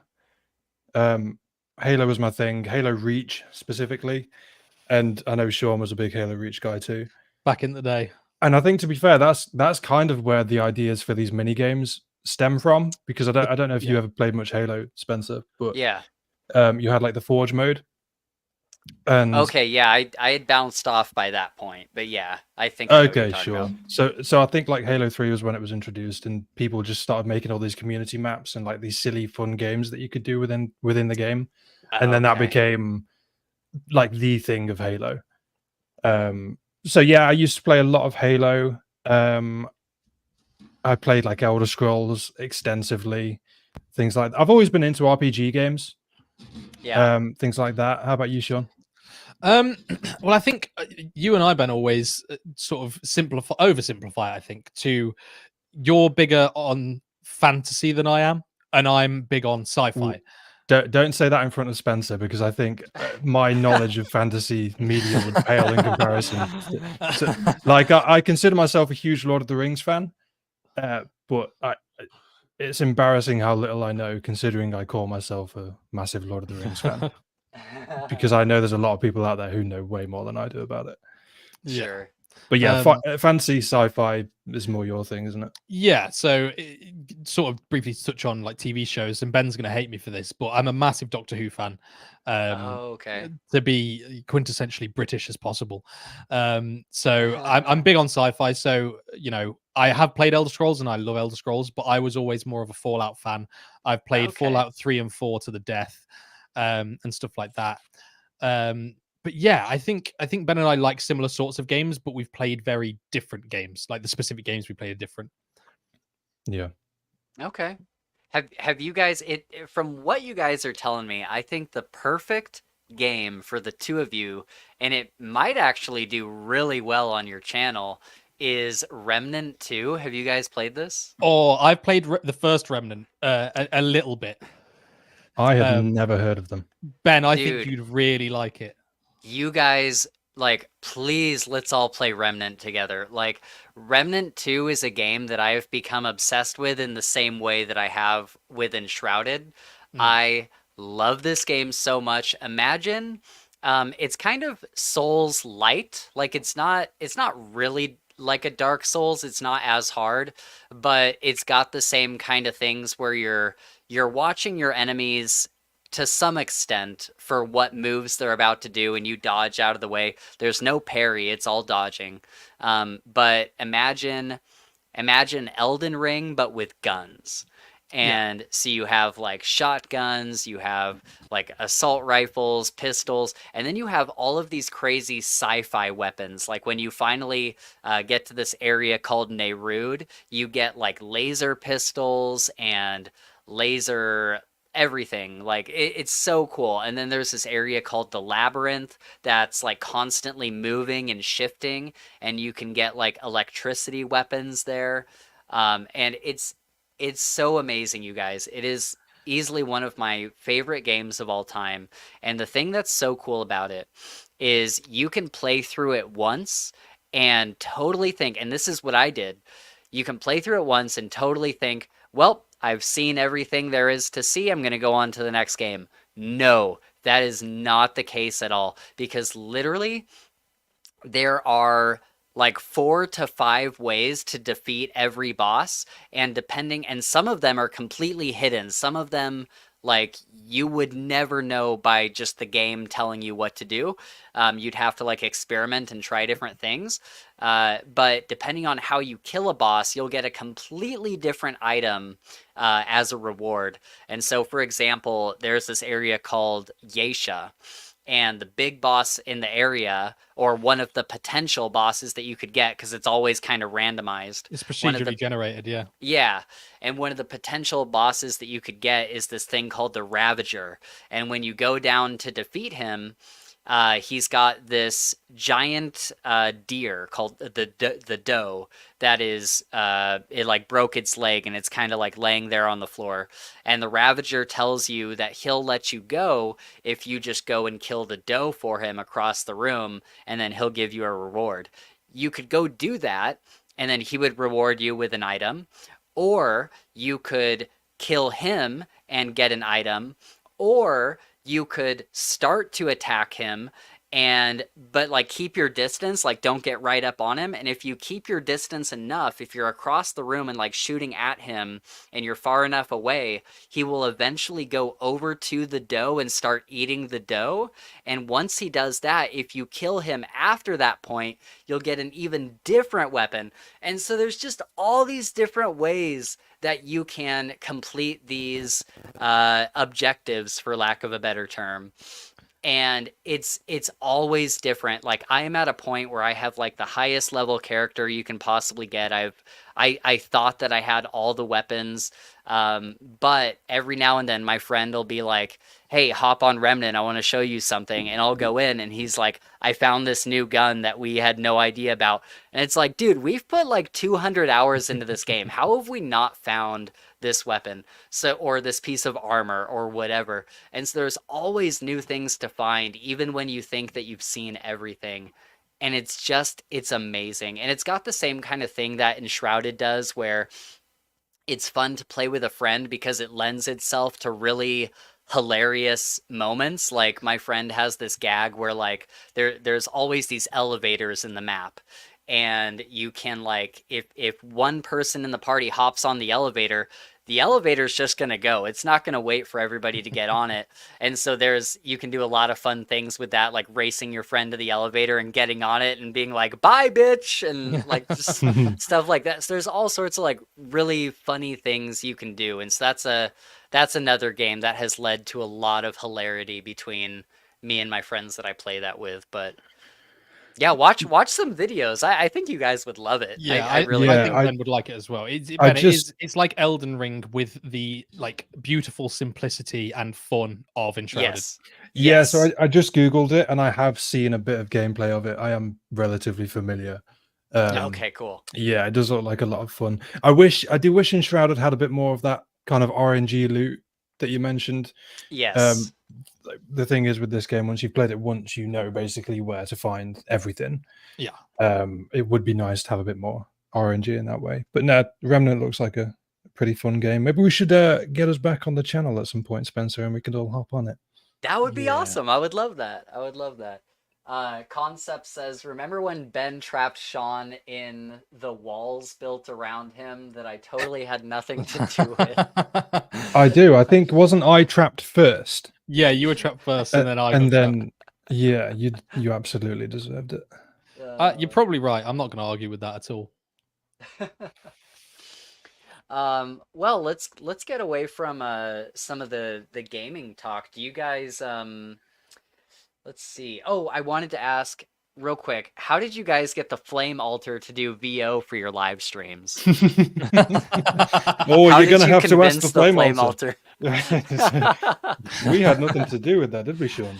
It just happened in game, and no one else seems to have gotten that in game. I don't really know what happened with that. Yeah, and now Yeah. he's always hanging around in the live streams now too, announcing when somebody subscribes or whatever.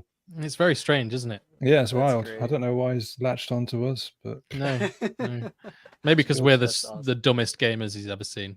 maybe. Right, And yeah. he knows we need the help because we can't read, so he has to read out yeah, the text. Yeah. But side note, even though we had nothing to do with that whatsoever, Shaun's very good at coming up with these little silly voices for the videos.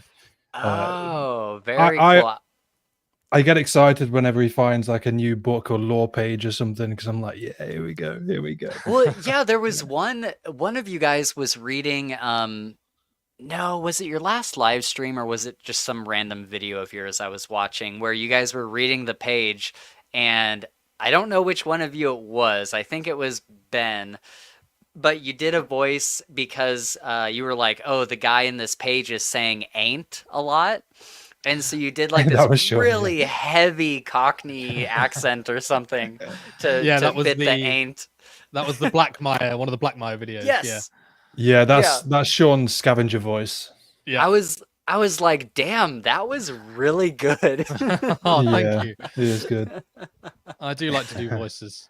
It's a good bit of fun. I still want to make like a shorts compilation of all of Shaun's voices throughout our series. Oh, that's great. I would love that. What? So who?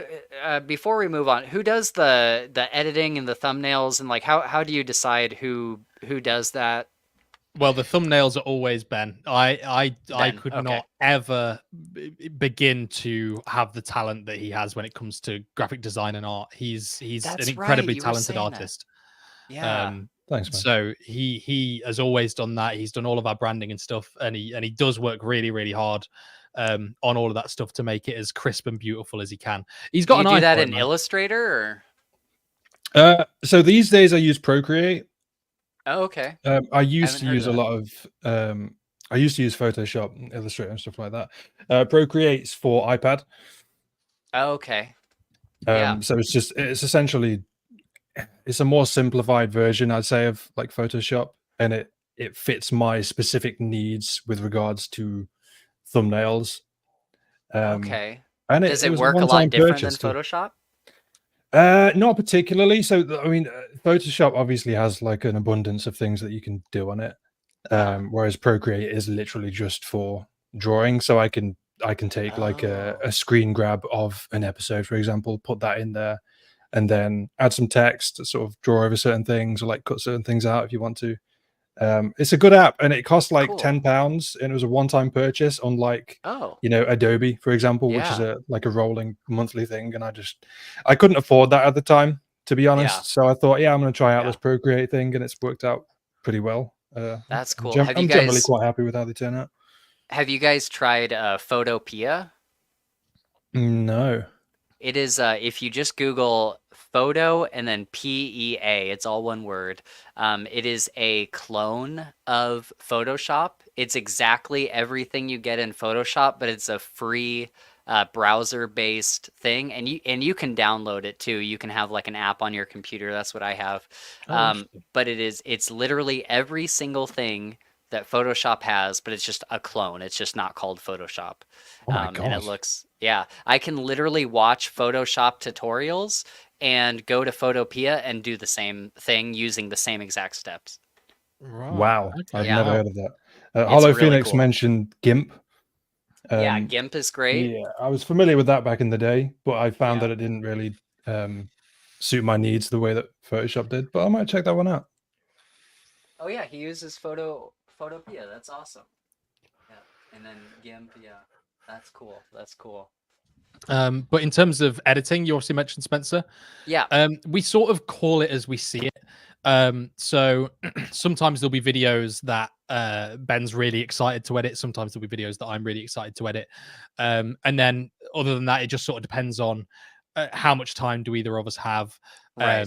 How do we divvy it up in the most sensible way in terms of time management and stuff like that. How are you guys sharing files and stuff? Are you just using Google Drive or? Yeah, we use OneDrive at the moment. Okay. Yeah. That's cool. Unfortunately, my upload and download speeds are pretty tragic. Awful. Oh, absolutely awful.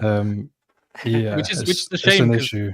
Ben will upload an edit that I obviously haven't seen because he's edited it, and he will let me know that he's uploading it, and I'll keep checking YouTube Studio over and over and over again. It'll be like, and it'll just say like, 1 hour left, and then I'll check an hour later, and it'll just still say 1 hour left, and I'll wait like 6 hours, and I'll be like, it's fine. Yeah, okay, man. All right, chill out. We get it. That's okay?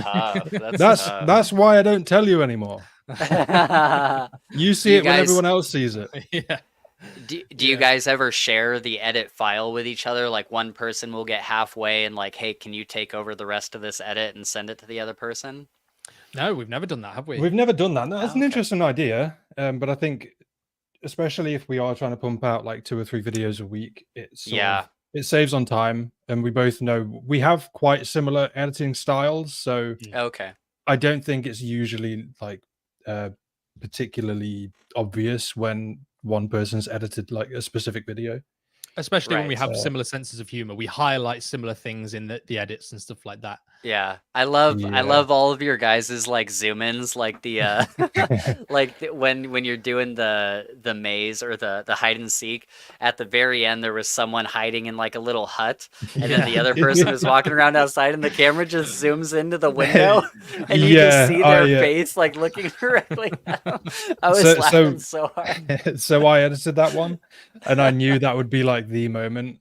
Shaun obviously saw it first, and he loved it. And then that was such a good highlight. Yeah, we had 1 or 2 people comment on that. That was good fun. Oh, I love that. So what do you guys use to edit? So this has become a topic of debate, hasn't it? Yes. So I currently use DaVinci Resolve. Oh, okay, cool. And Shaun, you use Sony Vegas, don't you? I do, which I will just say, a lot of people may not have heard of Sony Vegas because I think it is quite outdated by today's standards. I bought it outright when I was about 17 because I was studying, as well as doing random YouTube things that never panned out. I was back when you could just buy these programs. Exactly, yeah. So I bought it years and years ago, and I do still think to a certain extent it holds up, at least for me. Sure. But as time goes on, I see some of the things that Ben is able to do in DaVinci, and I'm sort of like, I've tried to use DaVinci, and because I'm so used to the UI and the short keys in Sony Vegas, I just get so frustrated. I'm like, why can't I just click S and split a clip? Yeah. But so I used to use Premiere, which was another Adobe product, obviously. And I had to cancel that whole membership.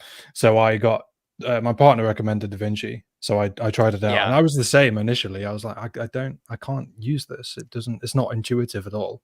But then I spent maybe an hour with it, and after that, I was basically good to go.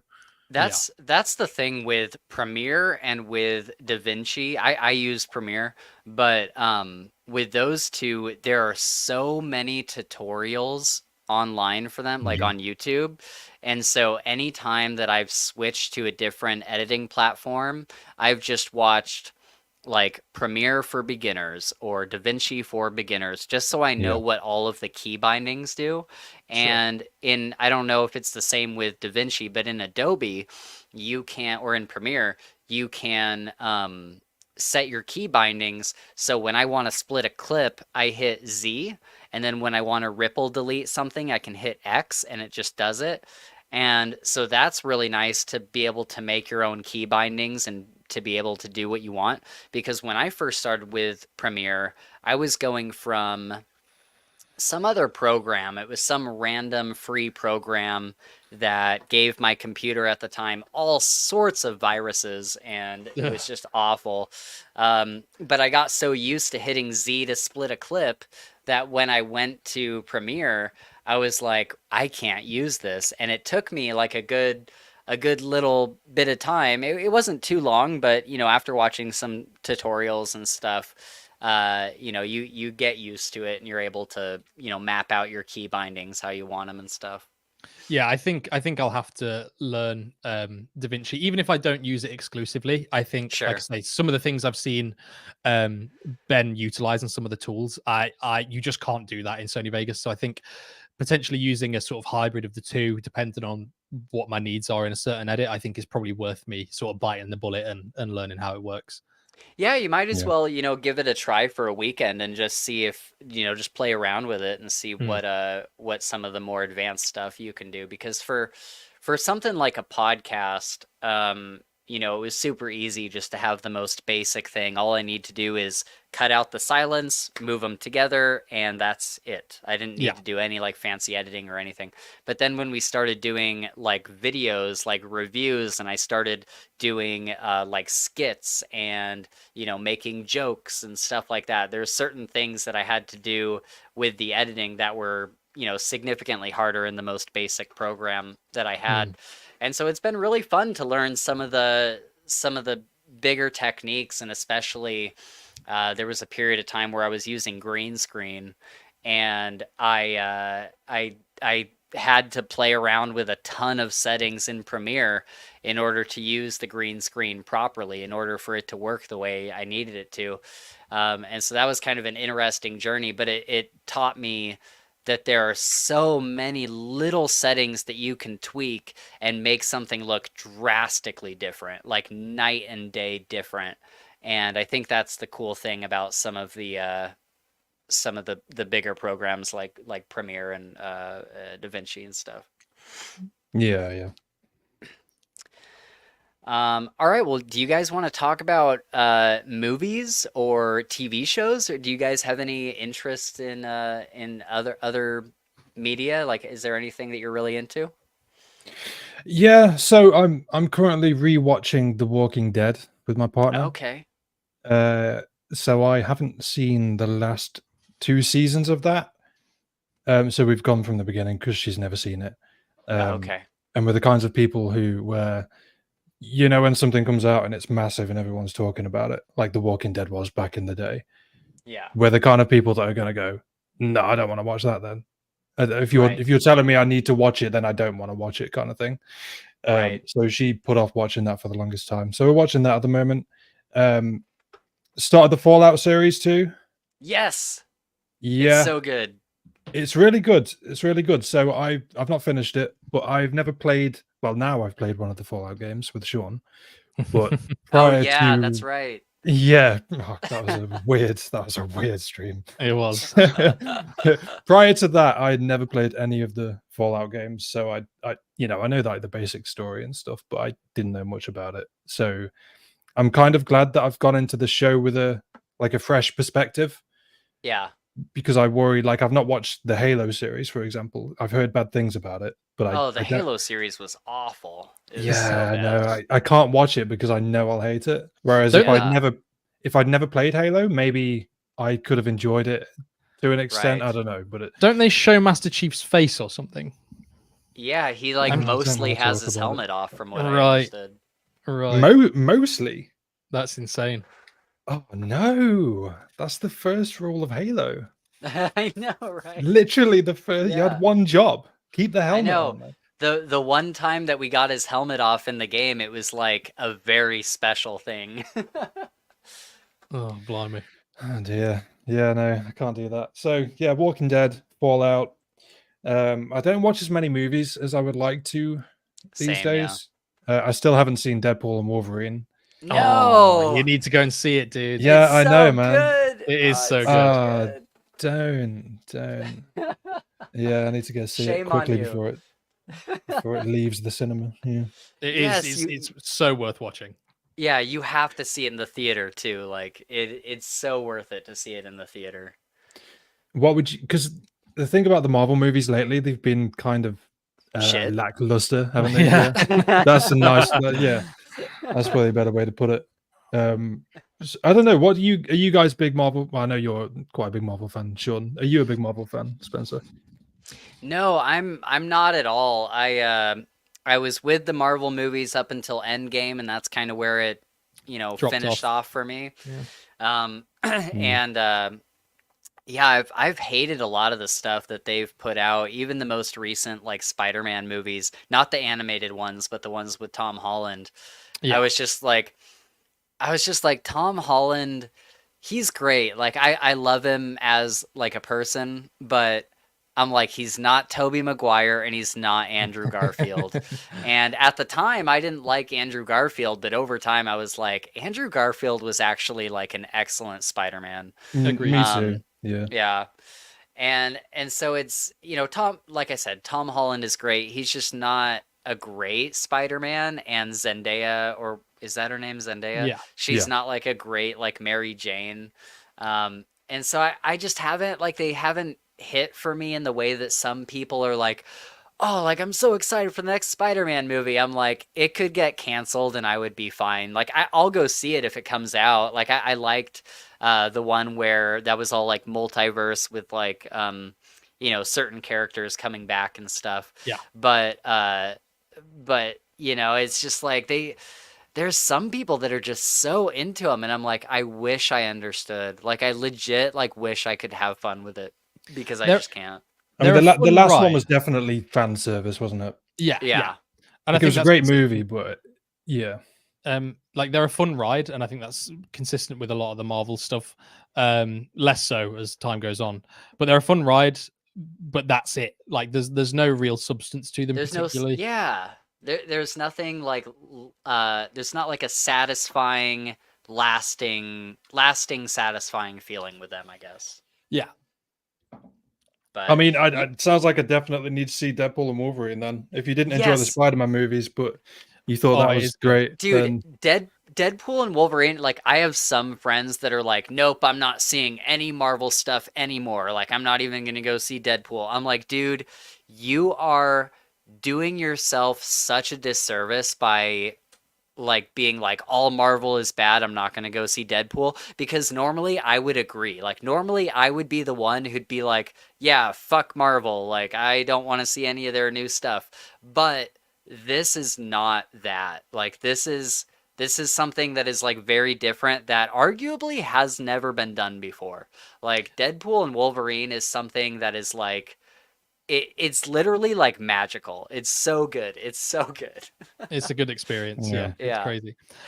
Just a quick question for you, Spencer. So I'm assuming that you live in the US, right? Yeah. So in England, when we go to watch films in the cinema, we don't particularly cheer as Brits. We sit patiently until the end. But is that something that's like commonplace over there? Yeah, like totally. Cheering at like, the big moments. What? Like yeah, that. like if you if cheer. They cheer mid-film. Yeah, if a movie is really good, people will like it'll get like standing ovations. Yeah. Like, people will like my stand up God. and clap. And like there was it's several a play. moments. Yeah, it's a lot of fun, dude. And like, part of me like understands like, hey, we're all in a movie theater, everybody just shut the fuck up and listen to the movie. Part of me like totally gets that. But there's also another part of me that is like, you feel such a sense of like community and togetherness when everybody is like, some crazy thing just happens and everybody's like, yeah, let's go, and they're all like clapping. Like, it's such a good feeling. And like a few years ago, I went to go see do you guys remember like the most recent Tomb Raider movie that came out? They never made another one. They never made a sequel, but it was like a Tomb Raider movie maybe like 4 years ago or something. I vaguely remember. I never saw it. Yeah, so like I went and saw it with this girl I was seeing at the time, and she didn't understand Tomb Raider at all. She knew it was something that I was really into, so she just like went to go see it with me. But there's throughout the whole movie, it's very reminiscent of the most recent Tomb Raider games where she's like using a bow and arrow. Maybe she'll use a pistol every now and then if she picks it up from somebody, but there's not like the classic Lara Croft vibe. You know what I mean? Yeah. And so it gets to the very end of the movie, like all of the major like action happens and everything. And Lara Croft goes into this gun shop, and my girl at the time and me are sitting in, I think it was like the third row up, and there's another guy with his girlfriend in the row directly behind us, literally sitting right behind us. And so just for context, Laura goes into this gun shop and she's like, hey, I think I need something different than what I've got. Like, what kind of upgrade can you give me for this pistol? And he goes over to, there's like this case. It's like a glass case that has multiple versions of this pistol. And he's like, what do you think of this? And she's like looking at it and cocking the slide and stuff. And then she looks up at him. And at the same time, Laura, me, and the guy behind me all say, I'll take two of them. And it was just the coolest fucking moment. We were like, Oh, no. I'll take two. And like everybody just fucking claps and the guy hands her like two pistols. It was so cool. So I love moments like that in the movie theater when everybody's just on the same page and we all know what we're expecting, and then we get it and everybody's just so happy. Oh, it's such a good feeling. See, I can't get over that, man. Literally the only film I've ever been to see in the cinema in England where people cheered and clapped and all this sort of stuff was Spider-Man No Way Home. That's the only one I've ever seen, and it was our absurd. theater went crazy for that. Yeah. But there was none of that in Deadpool and Wolverine. Even at, I'll say this to you, Spencer, and I'll be subtle. Even at the moment, right? I think you will understand what I mean by that. Nothing. Maybe like a couple of like little giggles and stuff of excitement, but we just there was don't no care. cheering.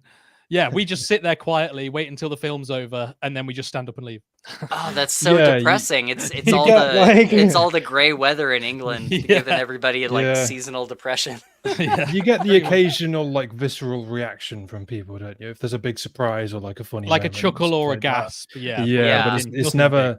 It's never like, it doesn't steamroll, you know, where one person reacts and then other people start getting involved and stuff like that. So like even in really funny movies, like the crowd isn't all like laughing together and stuff. People will definitely laugh in comedy movies, but it's definitely not like a big roarous laughter throughout the theater. It's more like a smattering of right, and that's it.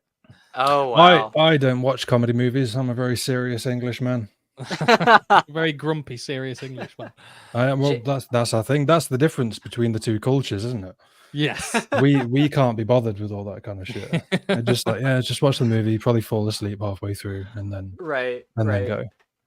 Jaystifer says, and we all leave in an orderly queue. Absolutely. It's true. That is not true for America. You would think that there was a fire and that people were like trying to shove their way out of the cinema. Like we literally, I always stay like into the credits just to see if there's anything else. But that's mostly because it weeds all the people out that are assholes that are just pushing their way to the front of the theater. Sure. It's like, what? You guys just sat through like a 3-hour movie. Do you really need to get out that fast? Like what? Like, what? I mean, to be fair, if I sat through a 3-hour movie, I'd want to get out pretty quickly. Ready to get the fuck out of there. That's not understandable. Do you guys throw popcorn at the screen too? No, we're not that barbaric. Damn. That may have just sold me on it. Yeah. Everybody brings their like rotten tomatoes and fruit and throws it on the screen. Just in case. It's fascinating though. It's fascinating hearing different people's perspectives from like different countries and cultures and things, and just these little nuances and just things that we do differently. Even two cultures that are as closely related as the US and England. Yeah, it's fascinating. Yeah.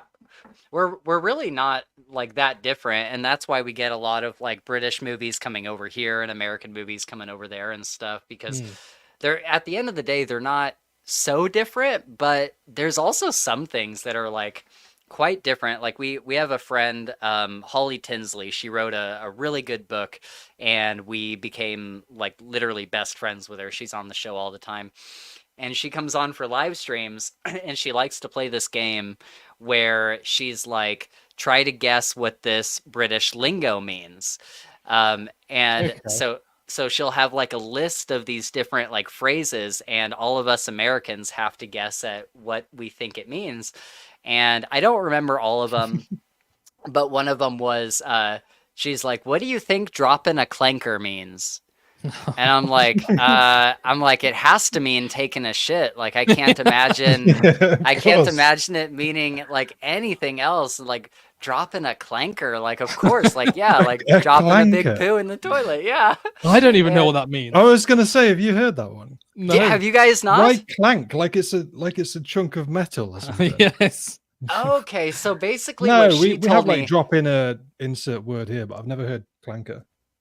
Okay, so she told me what this phrase means is basically a social faux pas, like an embarrassment, like, oh, I dropped a clanker and I spilled food all over the place and it was super embarrassing. Or like Oh. I dropped a clanker when I realized I had a rip in the back of my jeans that showed off my ass or something. Like, Interesting. I've Yeah. never heard that before. That's crazy. interesting. Maybe it's like No. regional or something. We do have a It lot could of be. regional language. Yeah, Yeah. it's like Okay. Cockney slang and stuff like that. Right. Yeah. Very different. Well, Amelia said in chat, Captain America holding Mjolnir was one of the coolest moments ever. So that I did see that in Okay, the cinema, yeah. and to be fair, that was a moment that people kind of, Cheer I don't for. want to say erupted for, but like our version of erupted for, everyone just kind of went, "Hey!" That's literally it. It's like, That was hey, it. good. in unison, just hey, Yeah. yeah, and then And then you're the done. moment's done. Everyone shut the fuck up. Back to the film. That's mean, yeah, so funny. Surprisingly, though, when it comes to sport, English people are insane. Yes. Oh and yeah, dude, you incredibly guys are way passionate. crazier about sports than we are. I mean, like we have like our version of football, like or like what we call football. Fake football. Yeah, fake football. And people go wild for that, but the level of insanity that you guys go so hard for football over there. And even just watching Ted Lasso is like one of my favorite TV shows of all time. And watching just how crazy British fans are for what we would call soccer here in America, I was just like, dude, this is insane. Like I knew it was big over there, but if this is any sort of representation of how wild it gets, like that's pretty crazy. Yeah, Witchy put it perfectly. It's tribal. It is Yeah, tribal. very Yeah. tribal. Yeah. I'm not a part of that tribe personally. Neither am I. Yeah, I- I do not follow sports at all. Yeah, I'm I the least don't sporty either. person you'll ever meet. Yeah. Dang. That's crazy. But before we switch topics, oh, I didn't see that you guys requested access to the notes. I mean, I've pretty much gone through all the notes. Yeah, Yeah, that's okay. My bad, guys. I wish I No knew. worries. But yeah, as far as shows, have you guys seen the show? Do you guys watch Apple TV at all? I definitely don't. No. Oh man, you guys got to get Apple TV. It is like the best streaming service right now. There's so many cool things. There's a show called Slow Horses, which is like a British show about like is it MI5 or MI6? We spies? should probably know that, Ben, shouldn't we? MI56. Yeah. Yeah, let's go with that. Sure. MI56. Yeah, it's like British spies, but they're all like assholes and they're very funny. So that's on there. That's really good. And then there's this other show called Sugar, which is about a private investigator. It's Colin Farrell who's playing him. Oh, And Nice. there's something that's just very off about the whole thing. Like every time he does something, it switches to like a clip of this old movie, like this old black and white movie that shows another character doing the exact same thing. And Colin Farrell's character is like obsessed with old movies, like to the point where he knows like, oh, that movie was filmed on 32 grain, whatever, just like all these little tiny facts. And so through the whole show, you're trying to figure out, like, is everything real? Or if it is, like, what is the mystery? Because there's clearly something weird that it's doing with how it's like telling the story. And so it's just one of those fun, like, mind bender, big twist ending kind of shows that's like really fun to follow along with and try to figure out. Kind of like Fight Club, stuff like that. Yes, exactly. Okay, Yeah. sure. Oh, Fight Club, Yeah. that's a banging film. Interesting. Yeah. It's a pretty good one, isn't it? Yeah. Well, I figure I'll ask you, we've been going for about 2 hours. Are you guys good on time, or do you need to wrap up pretty soon? Usually around this time we'll think about wrapping up, won't we? Okay. Yes, usually around the 2 hour mark. I mean, cool. I've got a bit more time. It's entirely up to you, Shaun. You're the one that has work tomorrow. I can stick around for a little bit longer. Okay. But yeah, in vaguely the next, I don't know, half hour or so. Okay, Yeah. cool. Let's do that. Do you guys want to spin the wheel of topics real quick, and we'll close out with that? Oh, go on I'm then. absolutely down for that. Just before we do that, could I just mention something real quick? Yes, of course. So in our Discord, a couple of people were talking about the mini games. Yeah. And Vex said, minigame idea, scavenger hunt. Ooh. Well, and then Trebbit followed with scavenger hunt would be fun, also like the parkour race type thing. So I think they may have been listening into our private chat, Shaun. I think they may have been somehow. They've rumbled us.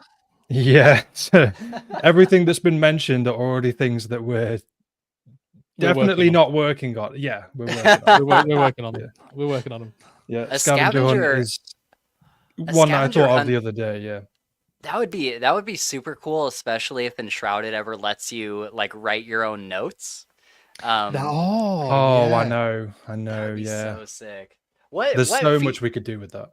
What features are you guys most excited for? I'm most excited for the mountains. I want the mountain. Yeah, biome. mountains and Sky Islands. Yes, Sky Islands. We've only got half an hour. I feel like I know. If we start talking about this, we can't we can't go too deep on that.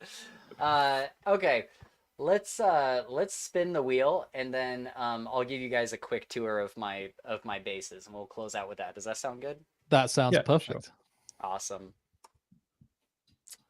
All right, can you guys see look this? at it. Yes, absolutely. Okay. So these are a number of topics that we've just added to this list over the past year or so. And so if you guys see any that you specifically want to do, that's totally fine. We can do that. But otherwise, I'll just hit spin real quick and we'll see what pops up.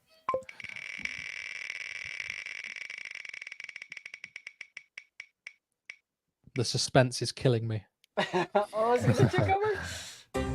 Oh, did you have a phase in high school? Were you like emo or punk or anything like that? I was probably grebby. I don't know whether that's a word that is used in America. That does not translate. I don't know what that means. I guess, Ben, how would you describe a greb? To me, that was quite similar to emo. It was an emo-ish, just on. It was like the softer side of emo, almost, wasn't it? So it was almost like an hipster? incredibly not quite more hipster. An incredibly greasy emo. Yeah. So like I used to straighten my hair across my face. Yeah. I didn't have piercings particularly or anything like that, but yeah, listening to like hard rock music and looking sad all the time. Right. And just being generally Joseph weird. has said one of the oily kids. That's exactly what it was. That's pretty much one of the what? Oily kids. Oily. Like greasy oily kids. Oh. I mean, as far as the oily kids, that's so mean. And yet it's accurate, you know. Yeah. I'm quite ashamed to say that I'm still sort of in my greb phase. Yeah. It wasn't a phase, Mum. It's not a phase, Mom. Yeah, no, I was a massive emo kid in school. Yeah.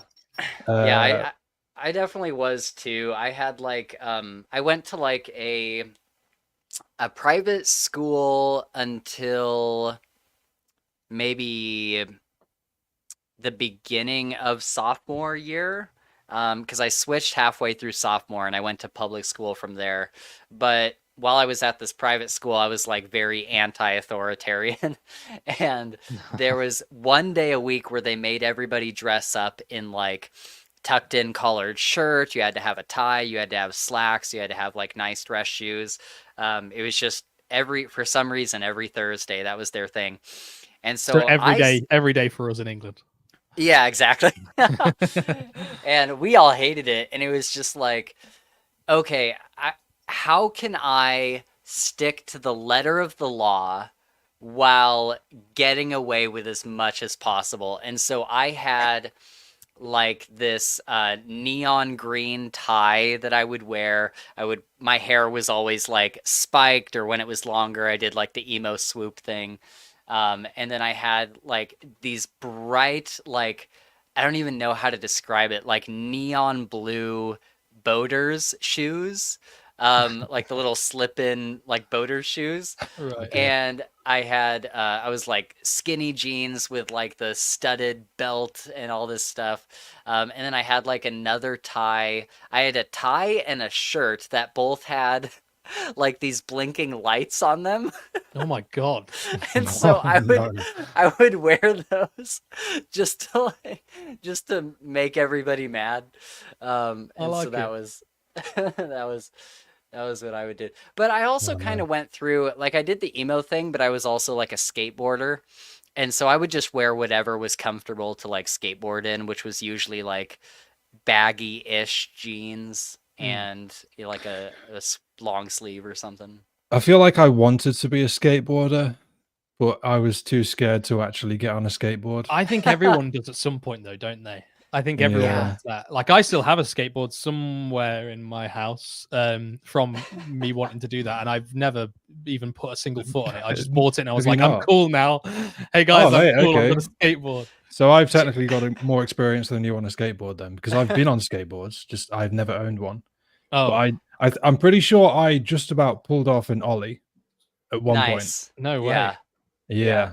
And then that was my skateboarding career done with. Yeah, but then, I was like super into it. I had been skateboarding since I was like 10, and I had to give it up maybe like 3 or 4 years ago because I'm 32 now and I'm starting to get like bad knees and a bad back and stuff. Damn. But yeah, I've loved skateboarding like my whole life. Yeah. No, it was all emo for me. I used to try to style my hair like Sasuke from Naruto. Yes, exactly. Exactly. And listen to loud, depressing music that I knew everyone could hear around me, and I didn't care. I listened to like quiet, depressing music. Like I listened to the like guy and his guitar, you know, just doing some like singer-songwriter song in a bar or something, you know. Sure. No, I needed the angst, Spencer. You need the angst. The aggression. I needed exactly the bullet for my Valentine. The raw hatred. Yeah, exactly. I needed anger. I was more dashboard confessional than bullet for my Valentine. And you know, dashboard confessional. Yeah. Is that a band? Oh yeah.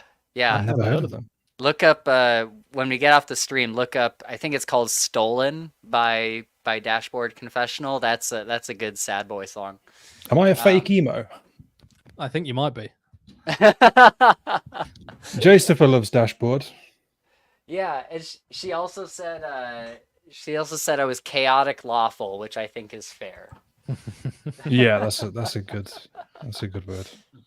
All right, let's spin it one more time, unless you guys see a topic that you really want to hit, and I'll give you the quick tour as the sun's coming up here. Give us another spin. Oh, don't do the Celebrity Crush one. You don't like Celebrity Crush? That's by far our most popular one. If you could combine 2 animals and have it as a pet, what would it be? Oh. As a pet, that makes it more difficult. Yeah. Well, assuming that you could tame it. So like you could do like any animal, but you could tame it. Monkey and an eagle. Done. Oh. Boom.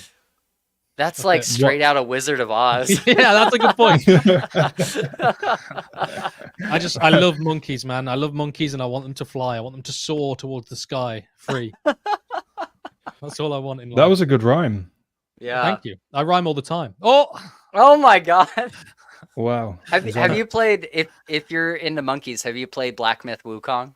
I haven't. My partner actually mentioned this, so I'd seen a few like YouTube thumbnails on it and stuff. Yeah. And then my partner mentioned it to me the other day, but I've not really seen any actual footage of it or anything. Oh, you should look up some You'll videos. like it. It looks really good. It's broken records on Steam. Like Okay. for like the most It's concurrent huge. player count. It is it outdid Counter-Strike. That is Oh nuts. my god. Wow. Blimey. Christ. Yeah, it looks really good. Yeah. I think you definitely enjoy it, Sean. Okay. It's somewhat Souls-like, isn't it? Yeah. Well, sort of. They're specifically saying that they're not a Souls-like. It's more like action combat, like Legend of Zelda kind of thing. Okay. So it's not, but it's, I mean, anybody who's not like a big Souls fan is looking at it and being like, it's kind of a Souls-like. It's kind of a Souls-like because Yeah, you have to well like, called out.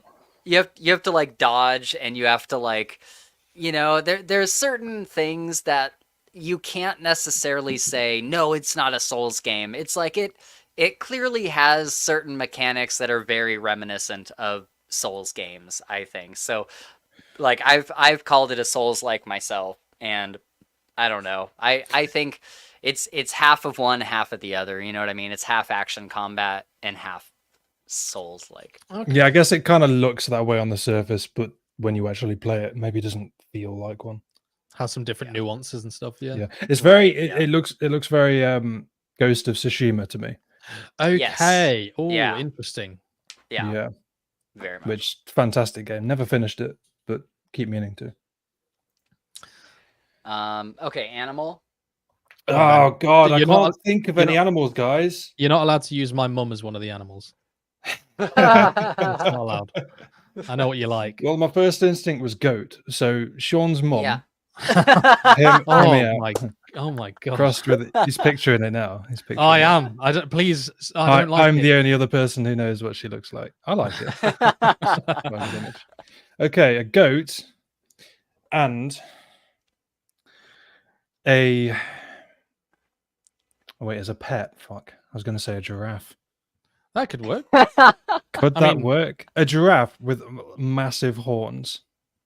Oh, I mean, they sort of have Oh. tiny horns already, don't they? They have little Yeah, they're nub- little nubs. Oh, Tiny horns. Is that what you'd call them? They could have like big ram's horns though. That'd be sick. that would be cool. Yeah, that would be cool. Yeah. What about you, Spencer? What do you reckon? I just want a goat. Yeah, just I know. kill I goat. want a So goat that's so it. bad. I want a goat so bad.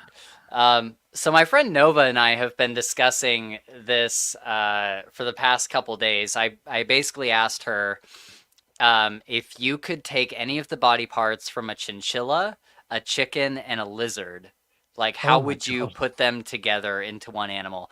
And I said that you would have to have the chicken head, the chinchilla body, and the lizard tail, because those are like the most iconic parts of all those animals, right? And she Sure. said, no, you take the lizard head, the chicken legs and wings, and the chinchilla body. Oh, And I was like, okay, Christ. that's like nightmare fuel, but that's Yeah. pretty cool.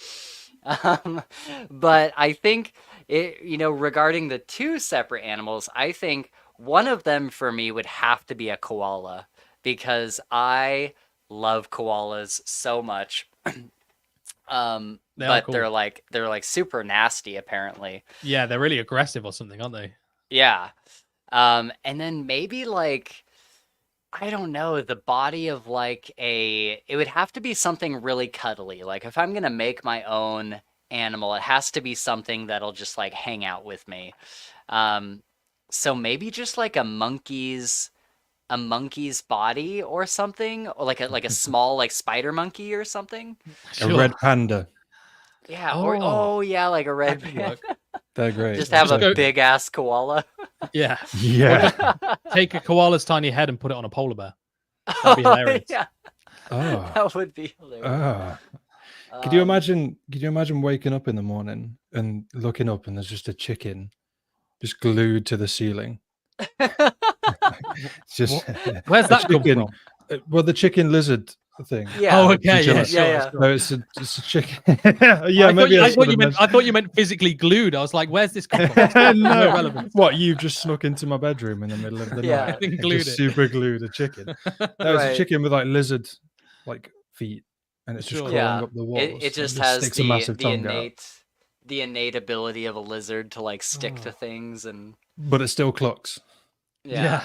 Oh Oh god. god. Terrifying. That's terrifying. That's terrifying. All right. Well, thank you for spinning the wheel with me. That was a lot of fun. Yeah, I enjoyed that. That was cool. Would you guys like a quick base tour of these two things, and maybe you guys can tell me what I need to improve on? Absolutely. Let's take a look. Absolutely, let's do Because it.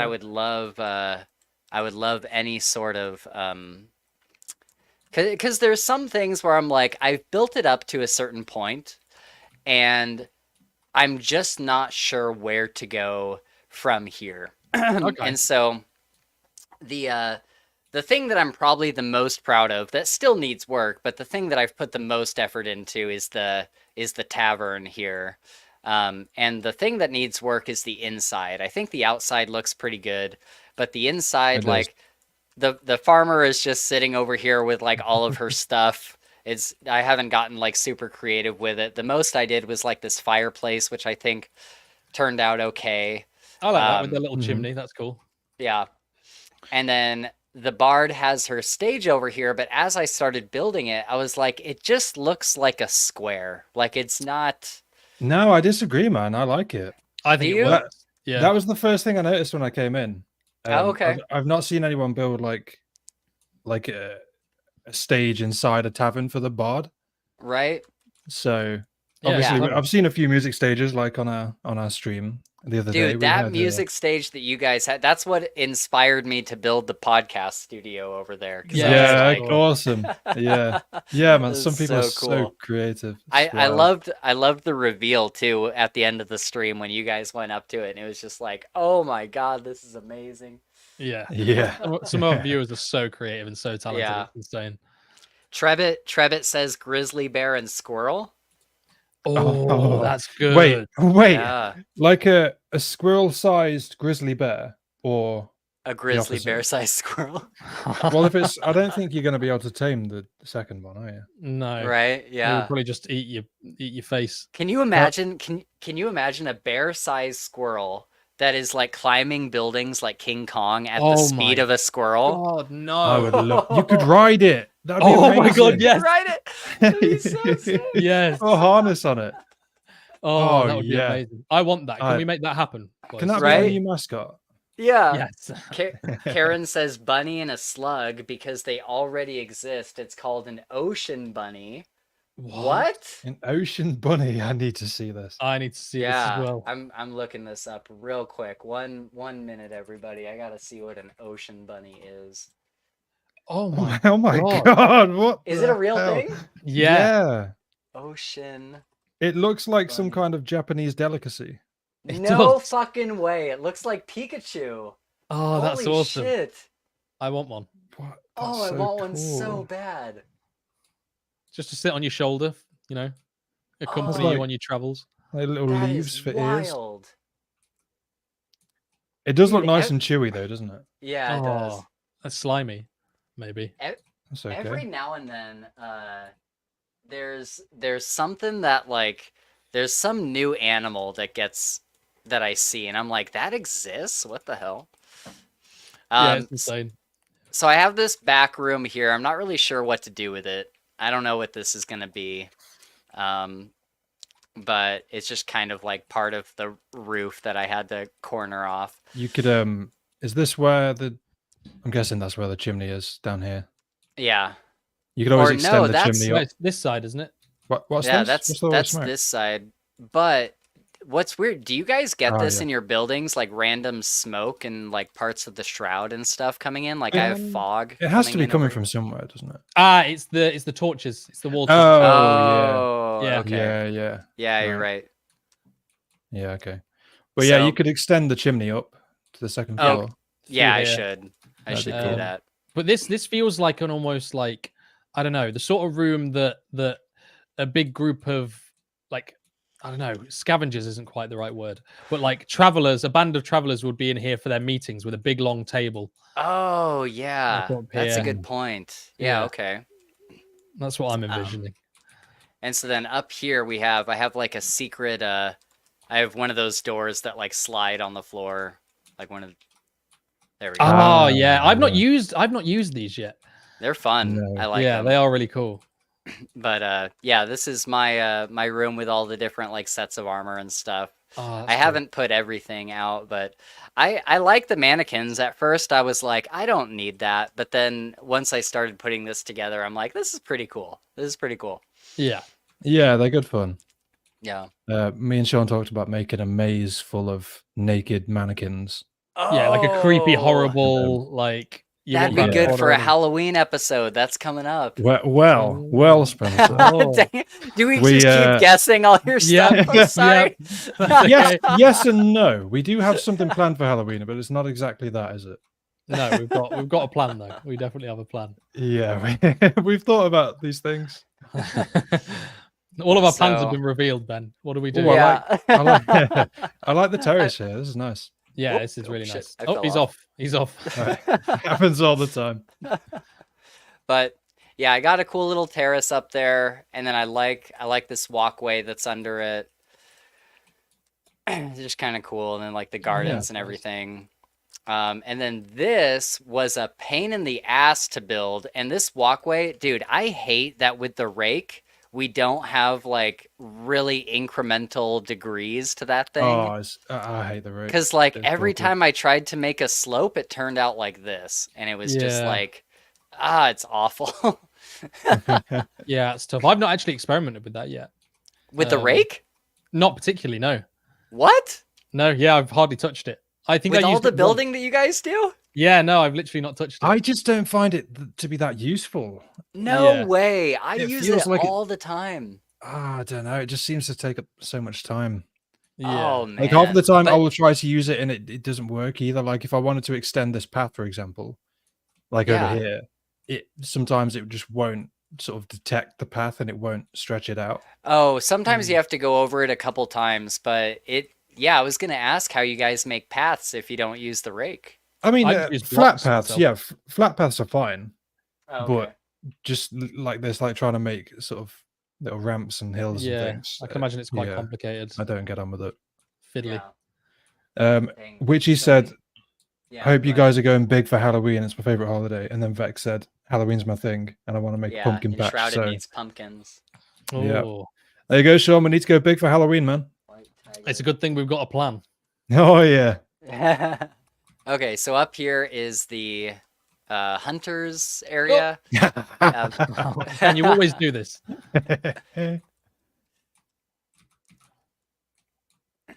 Oh, this And is nice. she's kind of got her thing in here. Oh, the tree is cool. I love the central That's tree. cool, That's the all. branches. Yeah, building it around it. The only thing that kind of sucks is if you go up here, it's like very crowded with the tree. Ah, sure. Yeah, Yeah. Mm. I kind of like it though. That's Yeah. okay. Yeah, I think that's fine. It's got its vibe. I like it. It's very Yeah. unique. Have you thought about removing some of the blocks around the trunk, like in the center, Yeah. to make like a hole for it. Yeah. so that it looks Yeah. like the house has been kind of built around the tree? Right. Yeah. That's definitely something I thought about. I tried to get it as close to it as I could, but then I was like, it just doesn't look very natural. Yeah. No, it's sure. a cool idea though, man. I like it. I've not really seen anything like that before. And then out here is just like this big area where you can like dive into the shroud. I think that's pretty cool. Yeah. It reminds me of, I think it was the end of our second episode of our Enshrouded series where we jump Yeah. off more or less. I think it was just over there where our first house was. Oh yeah. And we're just gliding down, and Ben's like, "Oh shit!" It was one of my first fun moments that I enjoyed watching. It was good. That's good. Good times. It feels so nostalgic now, despite the fact that the game's only been out for a few months, really. Yeah. Right. Yeah, there's so much to remember and love about like the early days of building like this like big tavern I have here. that was like my original house, and I just kept building onto it and onto it and onto it and onto it. So that's like the one building that's never moved or really been like demolished or anything. Yeah. Oh, that's good. Oh, the woodland then- area. Very nice. Yeah, I like having all the woods. Oh, I gotta show you the Hobbit hole. I A made hobbit hobbit hole. Oh, of classic. course. Classic. Ah, here we go. Ah, cool. A wizard Sure, is what- never late, and he's never early, and he's never on time. He doesn't get there at all. Jesus. So it's pretty simple, but I think I was like, I have to experiment with it, right? Like I have What- to try making a Hobbit hole. What's Yeah. all this coming down from the ceiling? That's the bottom of the trees, Oh, no way. It looks like Is it? stalactites. right? It does. Like in a cave. Yeah, that's wild. I was Oh, like, man, I that's wish there cool. was a way to remove them, but I like it. It's cool. Yeah, I like it. It's nice. I Um, can't believe we've never made a hobbit hole before. oh, you guys Yeah. haven't? Oh, you No, should. No, no. You could Well, make a really cool one, I bet. It's I one think of those thank you. things where we saw so many people doing it and we thought, wow, there's no point in us doing it. So this Oh, is mycelium. the wizard's house. Ah, hello, sir. Nice. Oh, I love mycelium, man. I wish more people used it because it looks so Right? cool. It's so unique. Yeah. I made this custom like wizard alchemy area over there. It's like I fused it with a table to make it like a L-shaped desk. Oh, yeah, sure. Yeah, that's cool. Yeah, I like it. Nice. That's awesome. And then there's just like a little upstairs loft area, and that's about it. No, I like that you've used a lot of blocks in your different buildings and stuff. And I think a lot of people, like, I'm really guilty of this. So Yeah. basically, every building I build will have a roughly cut stone block as like the corners. Yeah. And then I'll have obviously the half timbered as the main walls. And then Yeah. palm wood as the floor inside. Like, I'm very, very strict when it comes to like block selection. Yeah. Yeah, I Um, wish I need to diversify a little bit, and I think that's what I was trying to do with this building in particular, because some of the other buildings, like the blacksmith's thing over there, it's kind of like all the same block, like all of it Yeah. is just the same thing. Mhm. And so I'm like, I need to figure out how to diversify it all a little See, bit I more. always the easiest way to do that, in my opinion, and the thing I always do is just change the corner block type. So I change this Oh, to like yeah. roughly cut stone or something. Just as like I always see it as like the support block. So typically like a stone Yeah. block, and then the main bulk block of the walls being like wood or brick or whatever it may be. Right. Okay. Well, there's one more thing over here that I'll show you real fast. And this, I haven't done a whole lot of work on it, but this is eventually going to be like a graveyard looking area. And Oh, yeah, go nice. ahead and go down there. oh no way. Oh, okay, cool. The bone blocks, I dig it. Yeah, more mycelium. I Oh, like it. this is good. Oh, the mycelium around the doorway is really nice. Yeah, the mushrooms. Yeah, that's cool. Damn. Yeah, I like it. So, yeah, that's the crypt keepers area. Oh, I that's haven't so done a cool. whole lot with him. I don't think I've unlocked most of his stuff. I've done all the hollowed halls, but I don't think I've. Yeah, some of them are kind of hidden away. Yeah, the Yeah. recipe books and stuff. Yeah. So then if we run real quick, the other base is much smaller. But if we go north to here, oh, I can just ping it, I guess. We have pings now. Yeah. You see that? Yep, got it. Let's go, boys. Let's go. And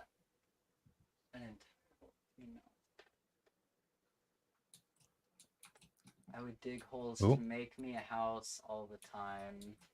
Yeah, I like Karen. I like the builds that are just like in the sides of mountains and holes in the ground and stuff. Yeah, you can be a lot more creative with that, I think. Yeah. Especially when you like cater your build to the terrain instead of catering the terrain to your build. I think that's a really useful tool to make unique Yeah. looking buildings and stuff. That's kind of what I want to do with this. I have another building that I want to build over here that'll be like the blacksmith and the carpenter and all that. And I kind of want to build it into this mountainside if I can. Yeah, that's a good idea. I think that'd be pretty sweet. Especially because you've got like already the start of like a door here ready to go. Yeah, that'd be awesome. Yeah. Okay, so this is Lush Pasture, and with this one, my original intent was to just completely build it back to what it would have been before the Shroud took over. Okay. And so this house was all like broken to pieces. Like this was all here, but it was just like there was like a wall missing, half the roof was missing. And so it's still the same building, and it took me forever to figure out what block it was because I didn't have it at the time. I didn't have like the roughly cut stone block. And so through a lot of trial and error, I rebuilt this thing, and then I extended it a little bit to have a bit of a loft up there with those windows and everything. And I like the trim that I was able to do with the roof blocks. I think that's pretty cool. Yeah, that's really that's good. Yeah, there's so many cool things you can do with those. Mm-hmm. And then this was literally like a pile of rubble. Like this, like some of these walls were here, but it was all like broken down. And so I was like, what if it was like a watchtower? Yeah, And cool. it was just like That's a cool guard idea. station. And so if you go inside, there's still the original like repair bench that I kept. Oh yeah. I was able to keep that. It's pretty cool. That's and cool. the little stove thing you've kept as well. That's cool. Yeah. So I That's like one thing I that. love about this game, man. There's so many of these like broken down builds around Yeah. the world, and a lot of people seem to enjoy rebuilding the towns. Like in our community world, what's it called, Shaun? Long keep. Long Keep, yeah, which Yeah. is like just to Oh, the yeah. side of where we've like established our base. And we've had people Yeah. like working on that, like with the tavern and stuff like Yeah. that. And Shaun and I, during our playthrough, worked on the Woodguard Church and rebuilt that. And it's really fun, especially if you have like a before and after. Yeah. It's good Yeah, to look seeing at. the difference. There was a guy that repaired. It's right near here. What's it called? It starts with a G, I think. Not Westcott. Not Willow Crush. Maybe it's Diadwin or. Oh man, what is it? It might be Diadwin, I guess, or maybe it is Westcott. But one of those is like a huge, massive town, and this guy like just rebuilt the entire thing, and it's like an actual city, like a big ass city. Yeah. And he like redid the whole thing. I'm like, that's pretty cool. See, I think as People are well, like crazy. one of the best things about, especially for new players, I think the best thing about rebuilding existing settlements and stuff, and I think this is probably intentional by Keen Games, you learn so much about the building system by doing that. And you know, it's not too overwhelming because all you're doing is just filling in gaps and stuff. You learn loads about how the blocks interact with each other and how buildings are shaped and stuff like that. So it's a really good way to sort of introduce you to the building system, I think. Yeah, for sure. For sure. But yeah, I don't really know what I want to do with this tower. It's very empty. And so I'm like, I don't know how I'm going to fill in every single one of these floors. But yeah, then I have like this little terrace up top. Oh, nice. That I've started putting a roof on. Oh, that's cool. Yeah, just I'm excited to see how the townsfolk NPCs are going to work. Yeah, what do you guys think that's going to be? Because I still don't know, man. We've kind of touched on it briefly. I think Shaun has. Do you have sort of an idea of what you think is going to happen? I don't know. I constantly and ah and back and forth in my mind about how it would work. They have to be functional, otherwise, what's the point? And the only function I can think that they would serve is like ambiently collecting resources. My issue is, I mean, what I'd love to see is them like walk around your settlement and look like at the very least they have their daily tasks or their lives that they crack on with. Yeah. The only issue with that is how would you then code them to recognize your builds and this is a building, this is a path, and not have them just doing this, like walking into posts and stuff. I think I don't think they'll walk into posts, but like if you play Pal World, you'll see how they do it, and the pals know where like object collision is, and so they just stay like a certain distance away from any object collision. And so they may not walk like directly on your paths, or maybe Keen will program them to primarily stay on paths if you've built them. But I'm hoping they have like actual uses. Like I hope that they can go around and mine things. Yeah. Like, go get me some clay or something. You know what I mean? So think about Soul Mask, right? That Yeah. has a very similar thing, which is ironic because we said earlier that we weren't into Soul Mask, but yeah, same kind of thing. They just kind of they work around your base. There's no like collision.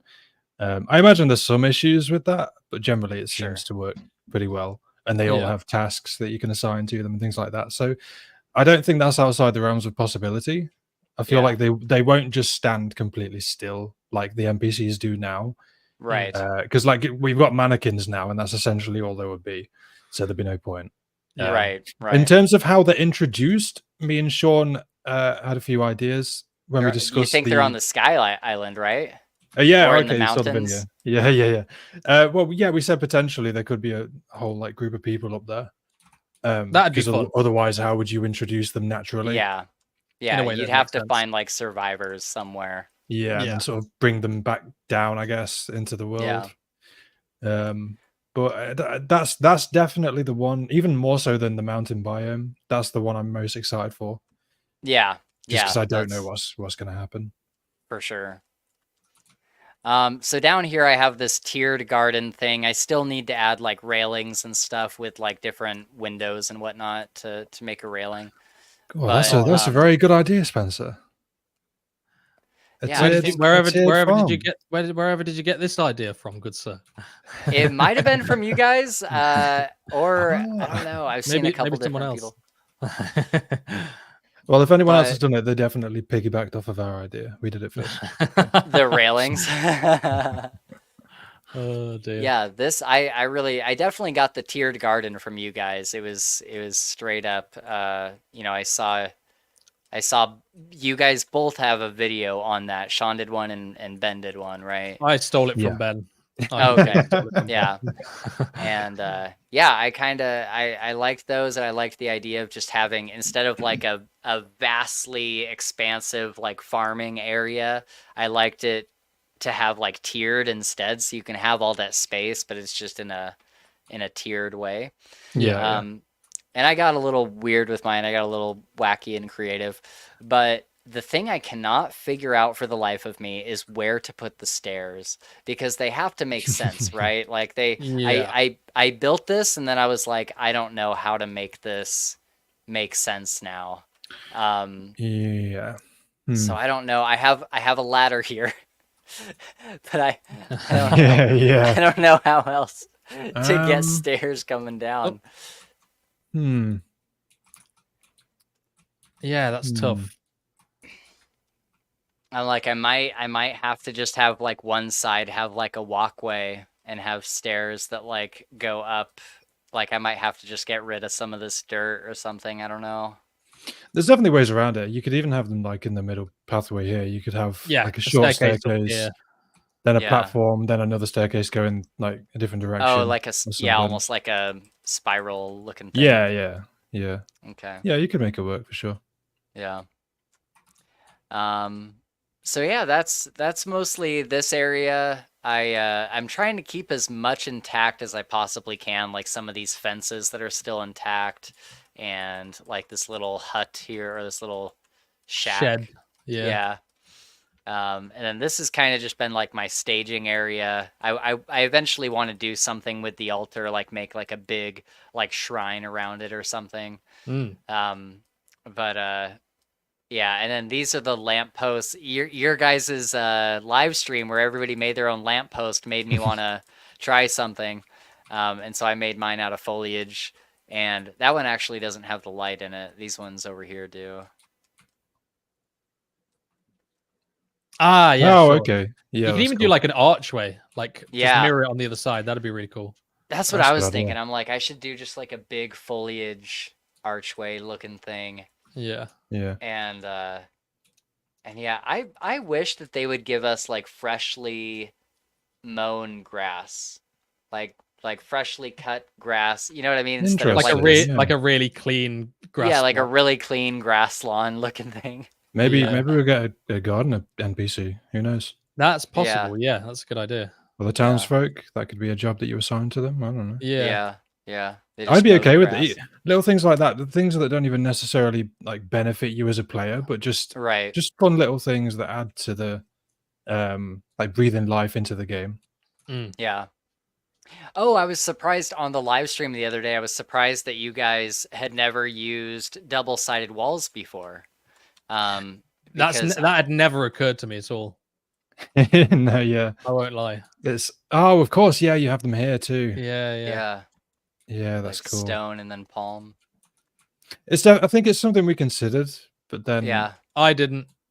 Did you not? I swear we Nope. talked about it. No. Nope. Okay. I just did not. The synapse did not fire for that one. I'm afraid. I think my issue with it was, especially if I'd made like quite a small build, I know that if I'm adding another layer inside, I'm taking like space away from it. But no, I like it. It's a cool idea. I like that you keep all of the things that were there before as well, instead of just dismantling them. Right. Especially when you find like a kitchen, there's a bunch of kitchen appliances that you can find, but you can't craft them for some reason. I don't know why they haven't added those to the game yet. Yeah, I've been trying to keep as much as I can because I extended the base out to, there's like this little mining shaft over here that had like a bunch of clay in it. And I was like, oh, I'll have this renewable resource of all this clay that I can just mine over and over and over. And sure enough, I came back the next time I logged in and it was still just as dug out as it was. Yeah, you got to be careful with the flame altar range. Yeah. Yeah, it's a tough one. Damn. Yeah. But still, you could turn this into a cool like cave system or something. Like, there's definitely stuff you could do with this space. Yeah, I could figure something out. But yeah, I know you guys gotta dip. It's late at night for you guys. But any tips that you could give me for either of these bases that would just make them flow a little better or look a little better? Anything that comes to mind while you guys were touring them? Honestly, the only thing really that came to my mind was, you obviously mentioned your blacksmith building in the other build, in the other town. Like I say, just having an accent corner block, that honestly for me does the trick in terms of adding that block variance that we were talking about. Okay. Having one structural block for the corners and then having like a main bulk block for the center of the walls and stuff. That does loads in terms of just making it feel a bit more real and stuff. Yeah. But other than that, honestly, dude, I think you've got it covered. Like, you understand the way the blocks interact and that. There's nothing else I can think of. Not particularly. No, I'm looking around. I'd maybe experiment with some more, like flower soil and things like that. Yeah, I definitely want to plant like a bunch of plants and stuff and make it a little bit more colorful and whatnot. Yeah, put some flower soil in, maybe have like a well here or something. Yeah, that'd be even cool. maybe consider experimenting with different kinds of pathways. Like, obviously, I know we have the like path, what do you call them? Like road blocks in the game. Yeah, like where you could take. Yeah, for example, for one of our builds, we used flintstone as a path, so you could maybe have like a sort of rough trail of that coming out. Flintstone makes a really good path, yeah. Oh, cool. Okay. Or maybe like mesh that with the. What, you don't? No, have... you do. It's here. You should do. Yeah. Oh, do I have it? Yeah, it's one of the first ones you get. It's really nice no. Oh, block, so you're just saying with the block, not the actual terrain material. Yeah. Yeah, just with the block. Cool. Okay. Yeah, it just gives you more options that way. So say you had a specific kind of like theme in your town, you have more options to sort of match it with. And one thing Ben's done, so you obviously don't have to just fill in the entire path with, like, for example, the Flintstone block. One thing I've seen Ben do, which is really, really effective, is just knock out singular 1x1 blocks and just replace sporadically every like so often, just replace some of the dirt blocks with a singular Flintstone block, and that adds a really nice sort of flavor to it. That's a good idea. How do I avoid? Do you see this where like where the road is like it has this weird cutoff with the stone, or like over here you might even be able to see it even more. What with do you it know being how at to- I different think levels? sometimes, weirdly, like sometimes the path or like natural terrain blocks, they don't always work sort of seamlessly with the right? regular blocks for some reason. Like you say, the levels can be a bit different. Sure. Because I've experimented with that a bit, but I try to stick to sort of one or the other. Cool. But in terms of more building tips, man, I would ask people in our Discord because, like we've said, Yeah. we have a bunch of people in there who are fantastic builders, and honestly, Much better than us. probably more qualified to give you advice than we are. Very cool. Karen says, would be cool a circular stairs build in the middle there. That's a bunch of space. Okay. Yeah, just a big spiral that could work. Yeah, I've been wanting to do that with. I think people do that with like bookshelves and benches and stuff. Yeah, there's complicated ways you can do it for sure. Yeah, Yeah. I don't have the balls to do that. I won't lie. They already changed some things in the AI, so in time the game will be very enjoyable that way. Okay. Oh, are they talking about Power? I don't know. They might be talking about like the way they've changed the AI to then Yeah. accommodate the townsfolk. Right. Okay, and then you can also hit certain stone type floors with your pickaxe and it will break them up and add cracks. Good for edges of paths. That's a good idea. That would be really good for your the crypt that you're building with the Yeah. mycelium and the bone blocks. Yeah, that'd be cool. There's a trick to it sometimes because it won't work with every type of block, like just from directly hitting them. But you Yeah. can sort of I won't do it now, but you can sort of place like the regular stone blocks or like the rough stone blocks over the top of them. Then if you Okay. hit the rough stone, it will cause the cracks on the block behind it. It's really strange how it works. I don't know if it's like Oh, a glitch or something. interesting. Yeah, but if you took like this block, for example, which if you hit it with a pickaxe now, nothing would happen. But then you Okay. put rough stone on it, you break the rough stone with the pickaxe, and you'd have all these cracks form in this. Oh, that's Um, very cool. I really enjoy making these like broken down kind of crypts and builds like that. So I've Yeah. experimented a lot with that kind of stuff. Yeah, there's so much you can do, man. Cool. Well, all right, guys. Thank you so much for hanging out for damn near 3 hours and playing It's some been an Enshrouded absolute pleasure. and talking with me. I've really been looking forward to this because I was I've been enjoying your content a lot, and I'm just like, man, I can't wait to talk to them and pick their brain a bit. So thank you so much for joining me today. No, thank you, man. It's for been inviting good. us. Yeah, we've had an absolute blast. And your community has absolutely come out in full force. They've been all in the comments and everything. This has been absolutely awesome. So thank you to all of the fellow Prats that are in the comments. And Yeah, guys, good if you people. haven't already, of course, subscribe to Spencer's channel. that would be great. They've got loads and loads of really cool nerdy stuff for you to check out. So definitely check them out properly. I never asked you guys, do you guys read books at all? I have probably read 2 books in my entire life. Oh my god, And that's even worse than me, man. And both of them were because I had to for school. Okay. Yeah. Okay. Yeah, pretty much the same, man. I've read a bit more than Shaun, but I always want to make time for reading. I have a bunch of books literally right behind me now that I haven't read yet. Well, have you guys ever put on or thought about putting on an audiobook while you play Enshrouded, or because that's how I do it. Like I literally do not read physically. I only do audiobooks. I think that's what I'd have to do. Yeah, I used to do that. I think I started, it was like Game of Thrones or something, about a year or so ago when I was working.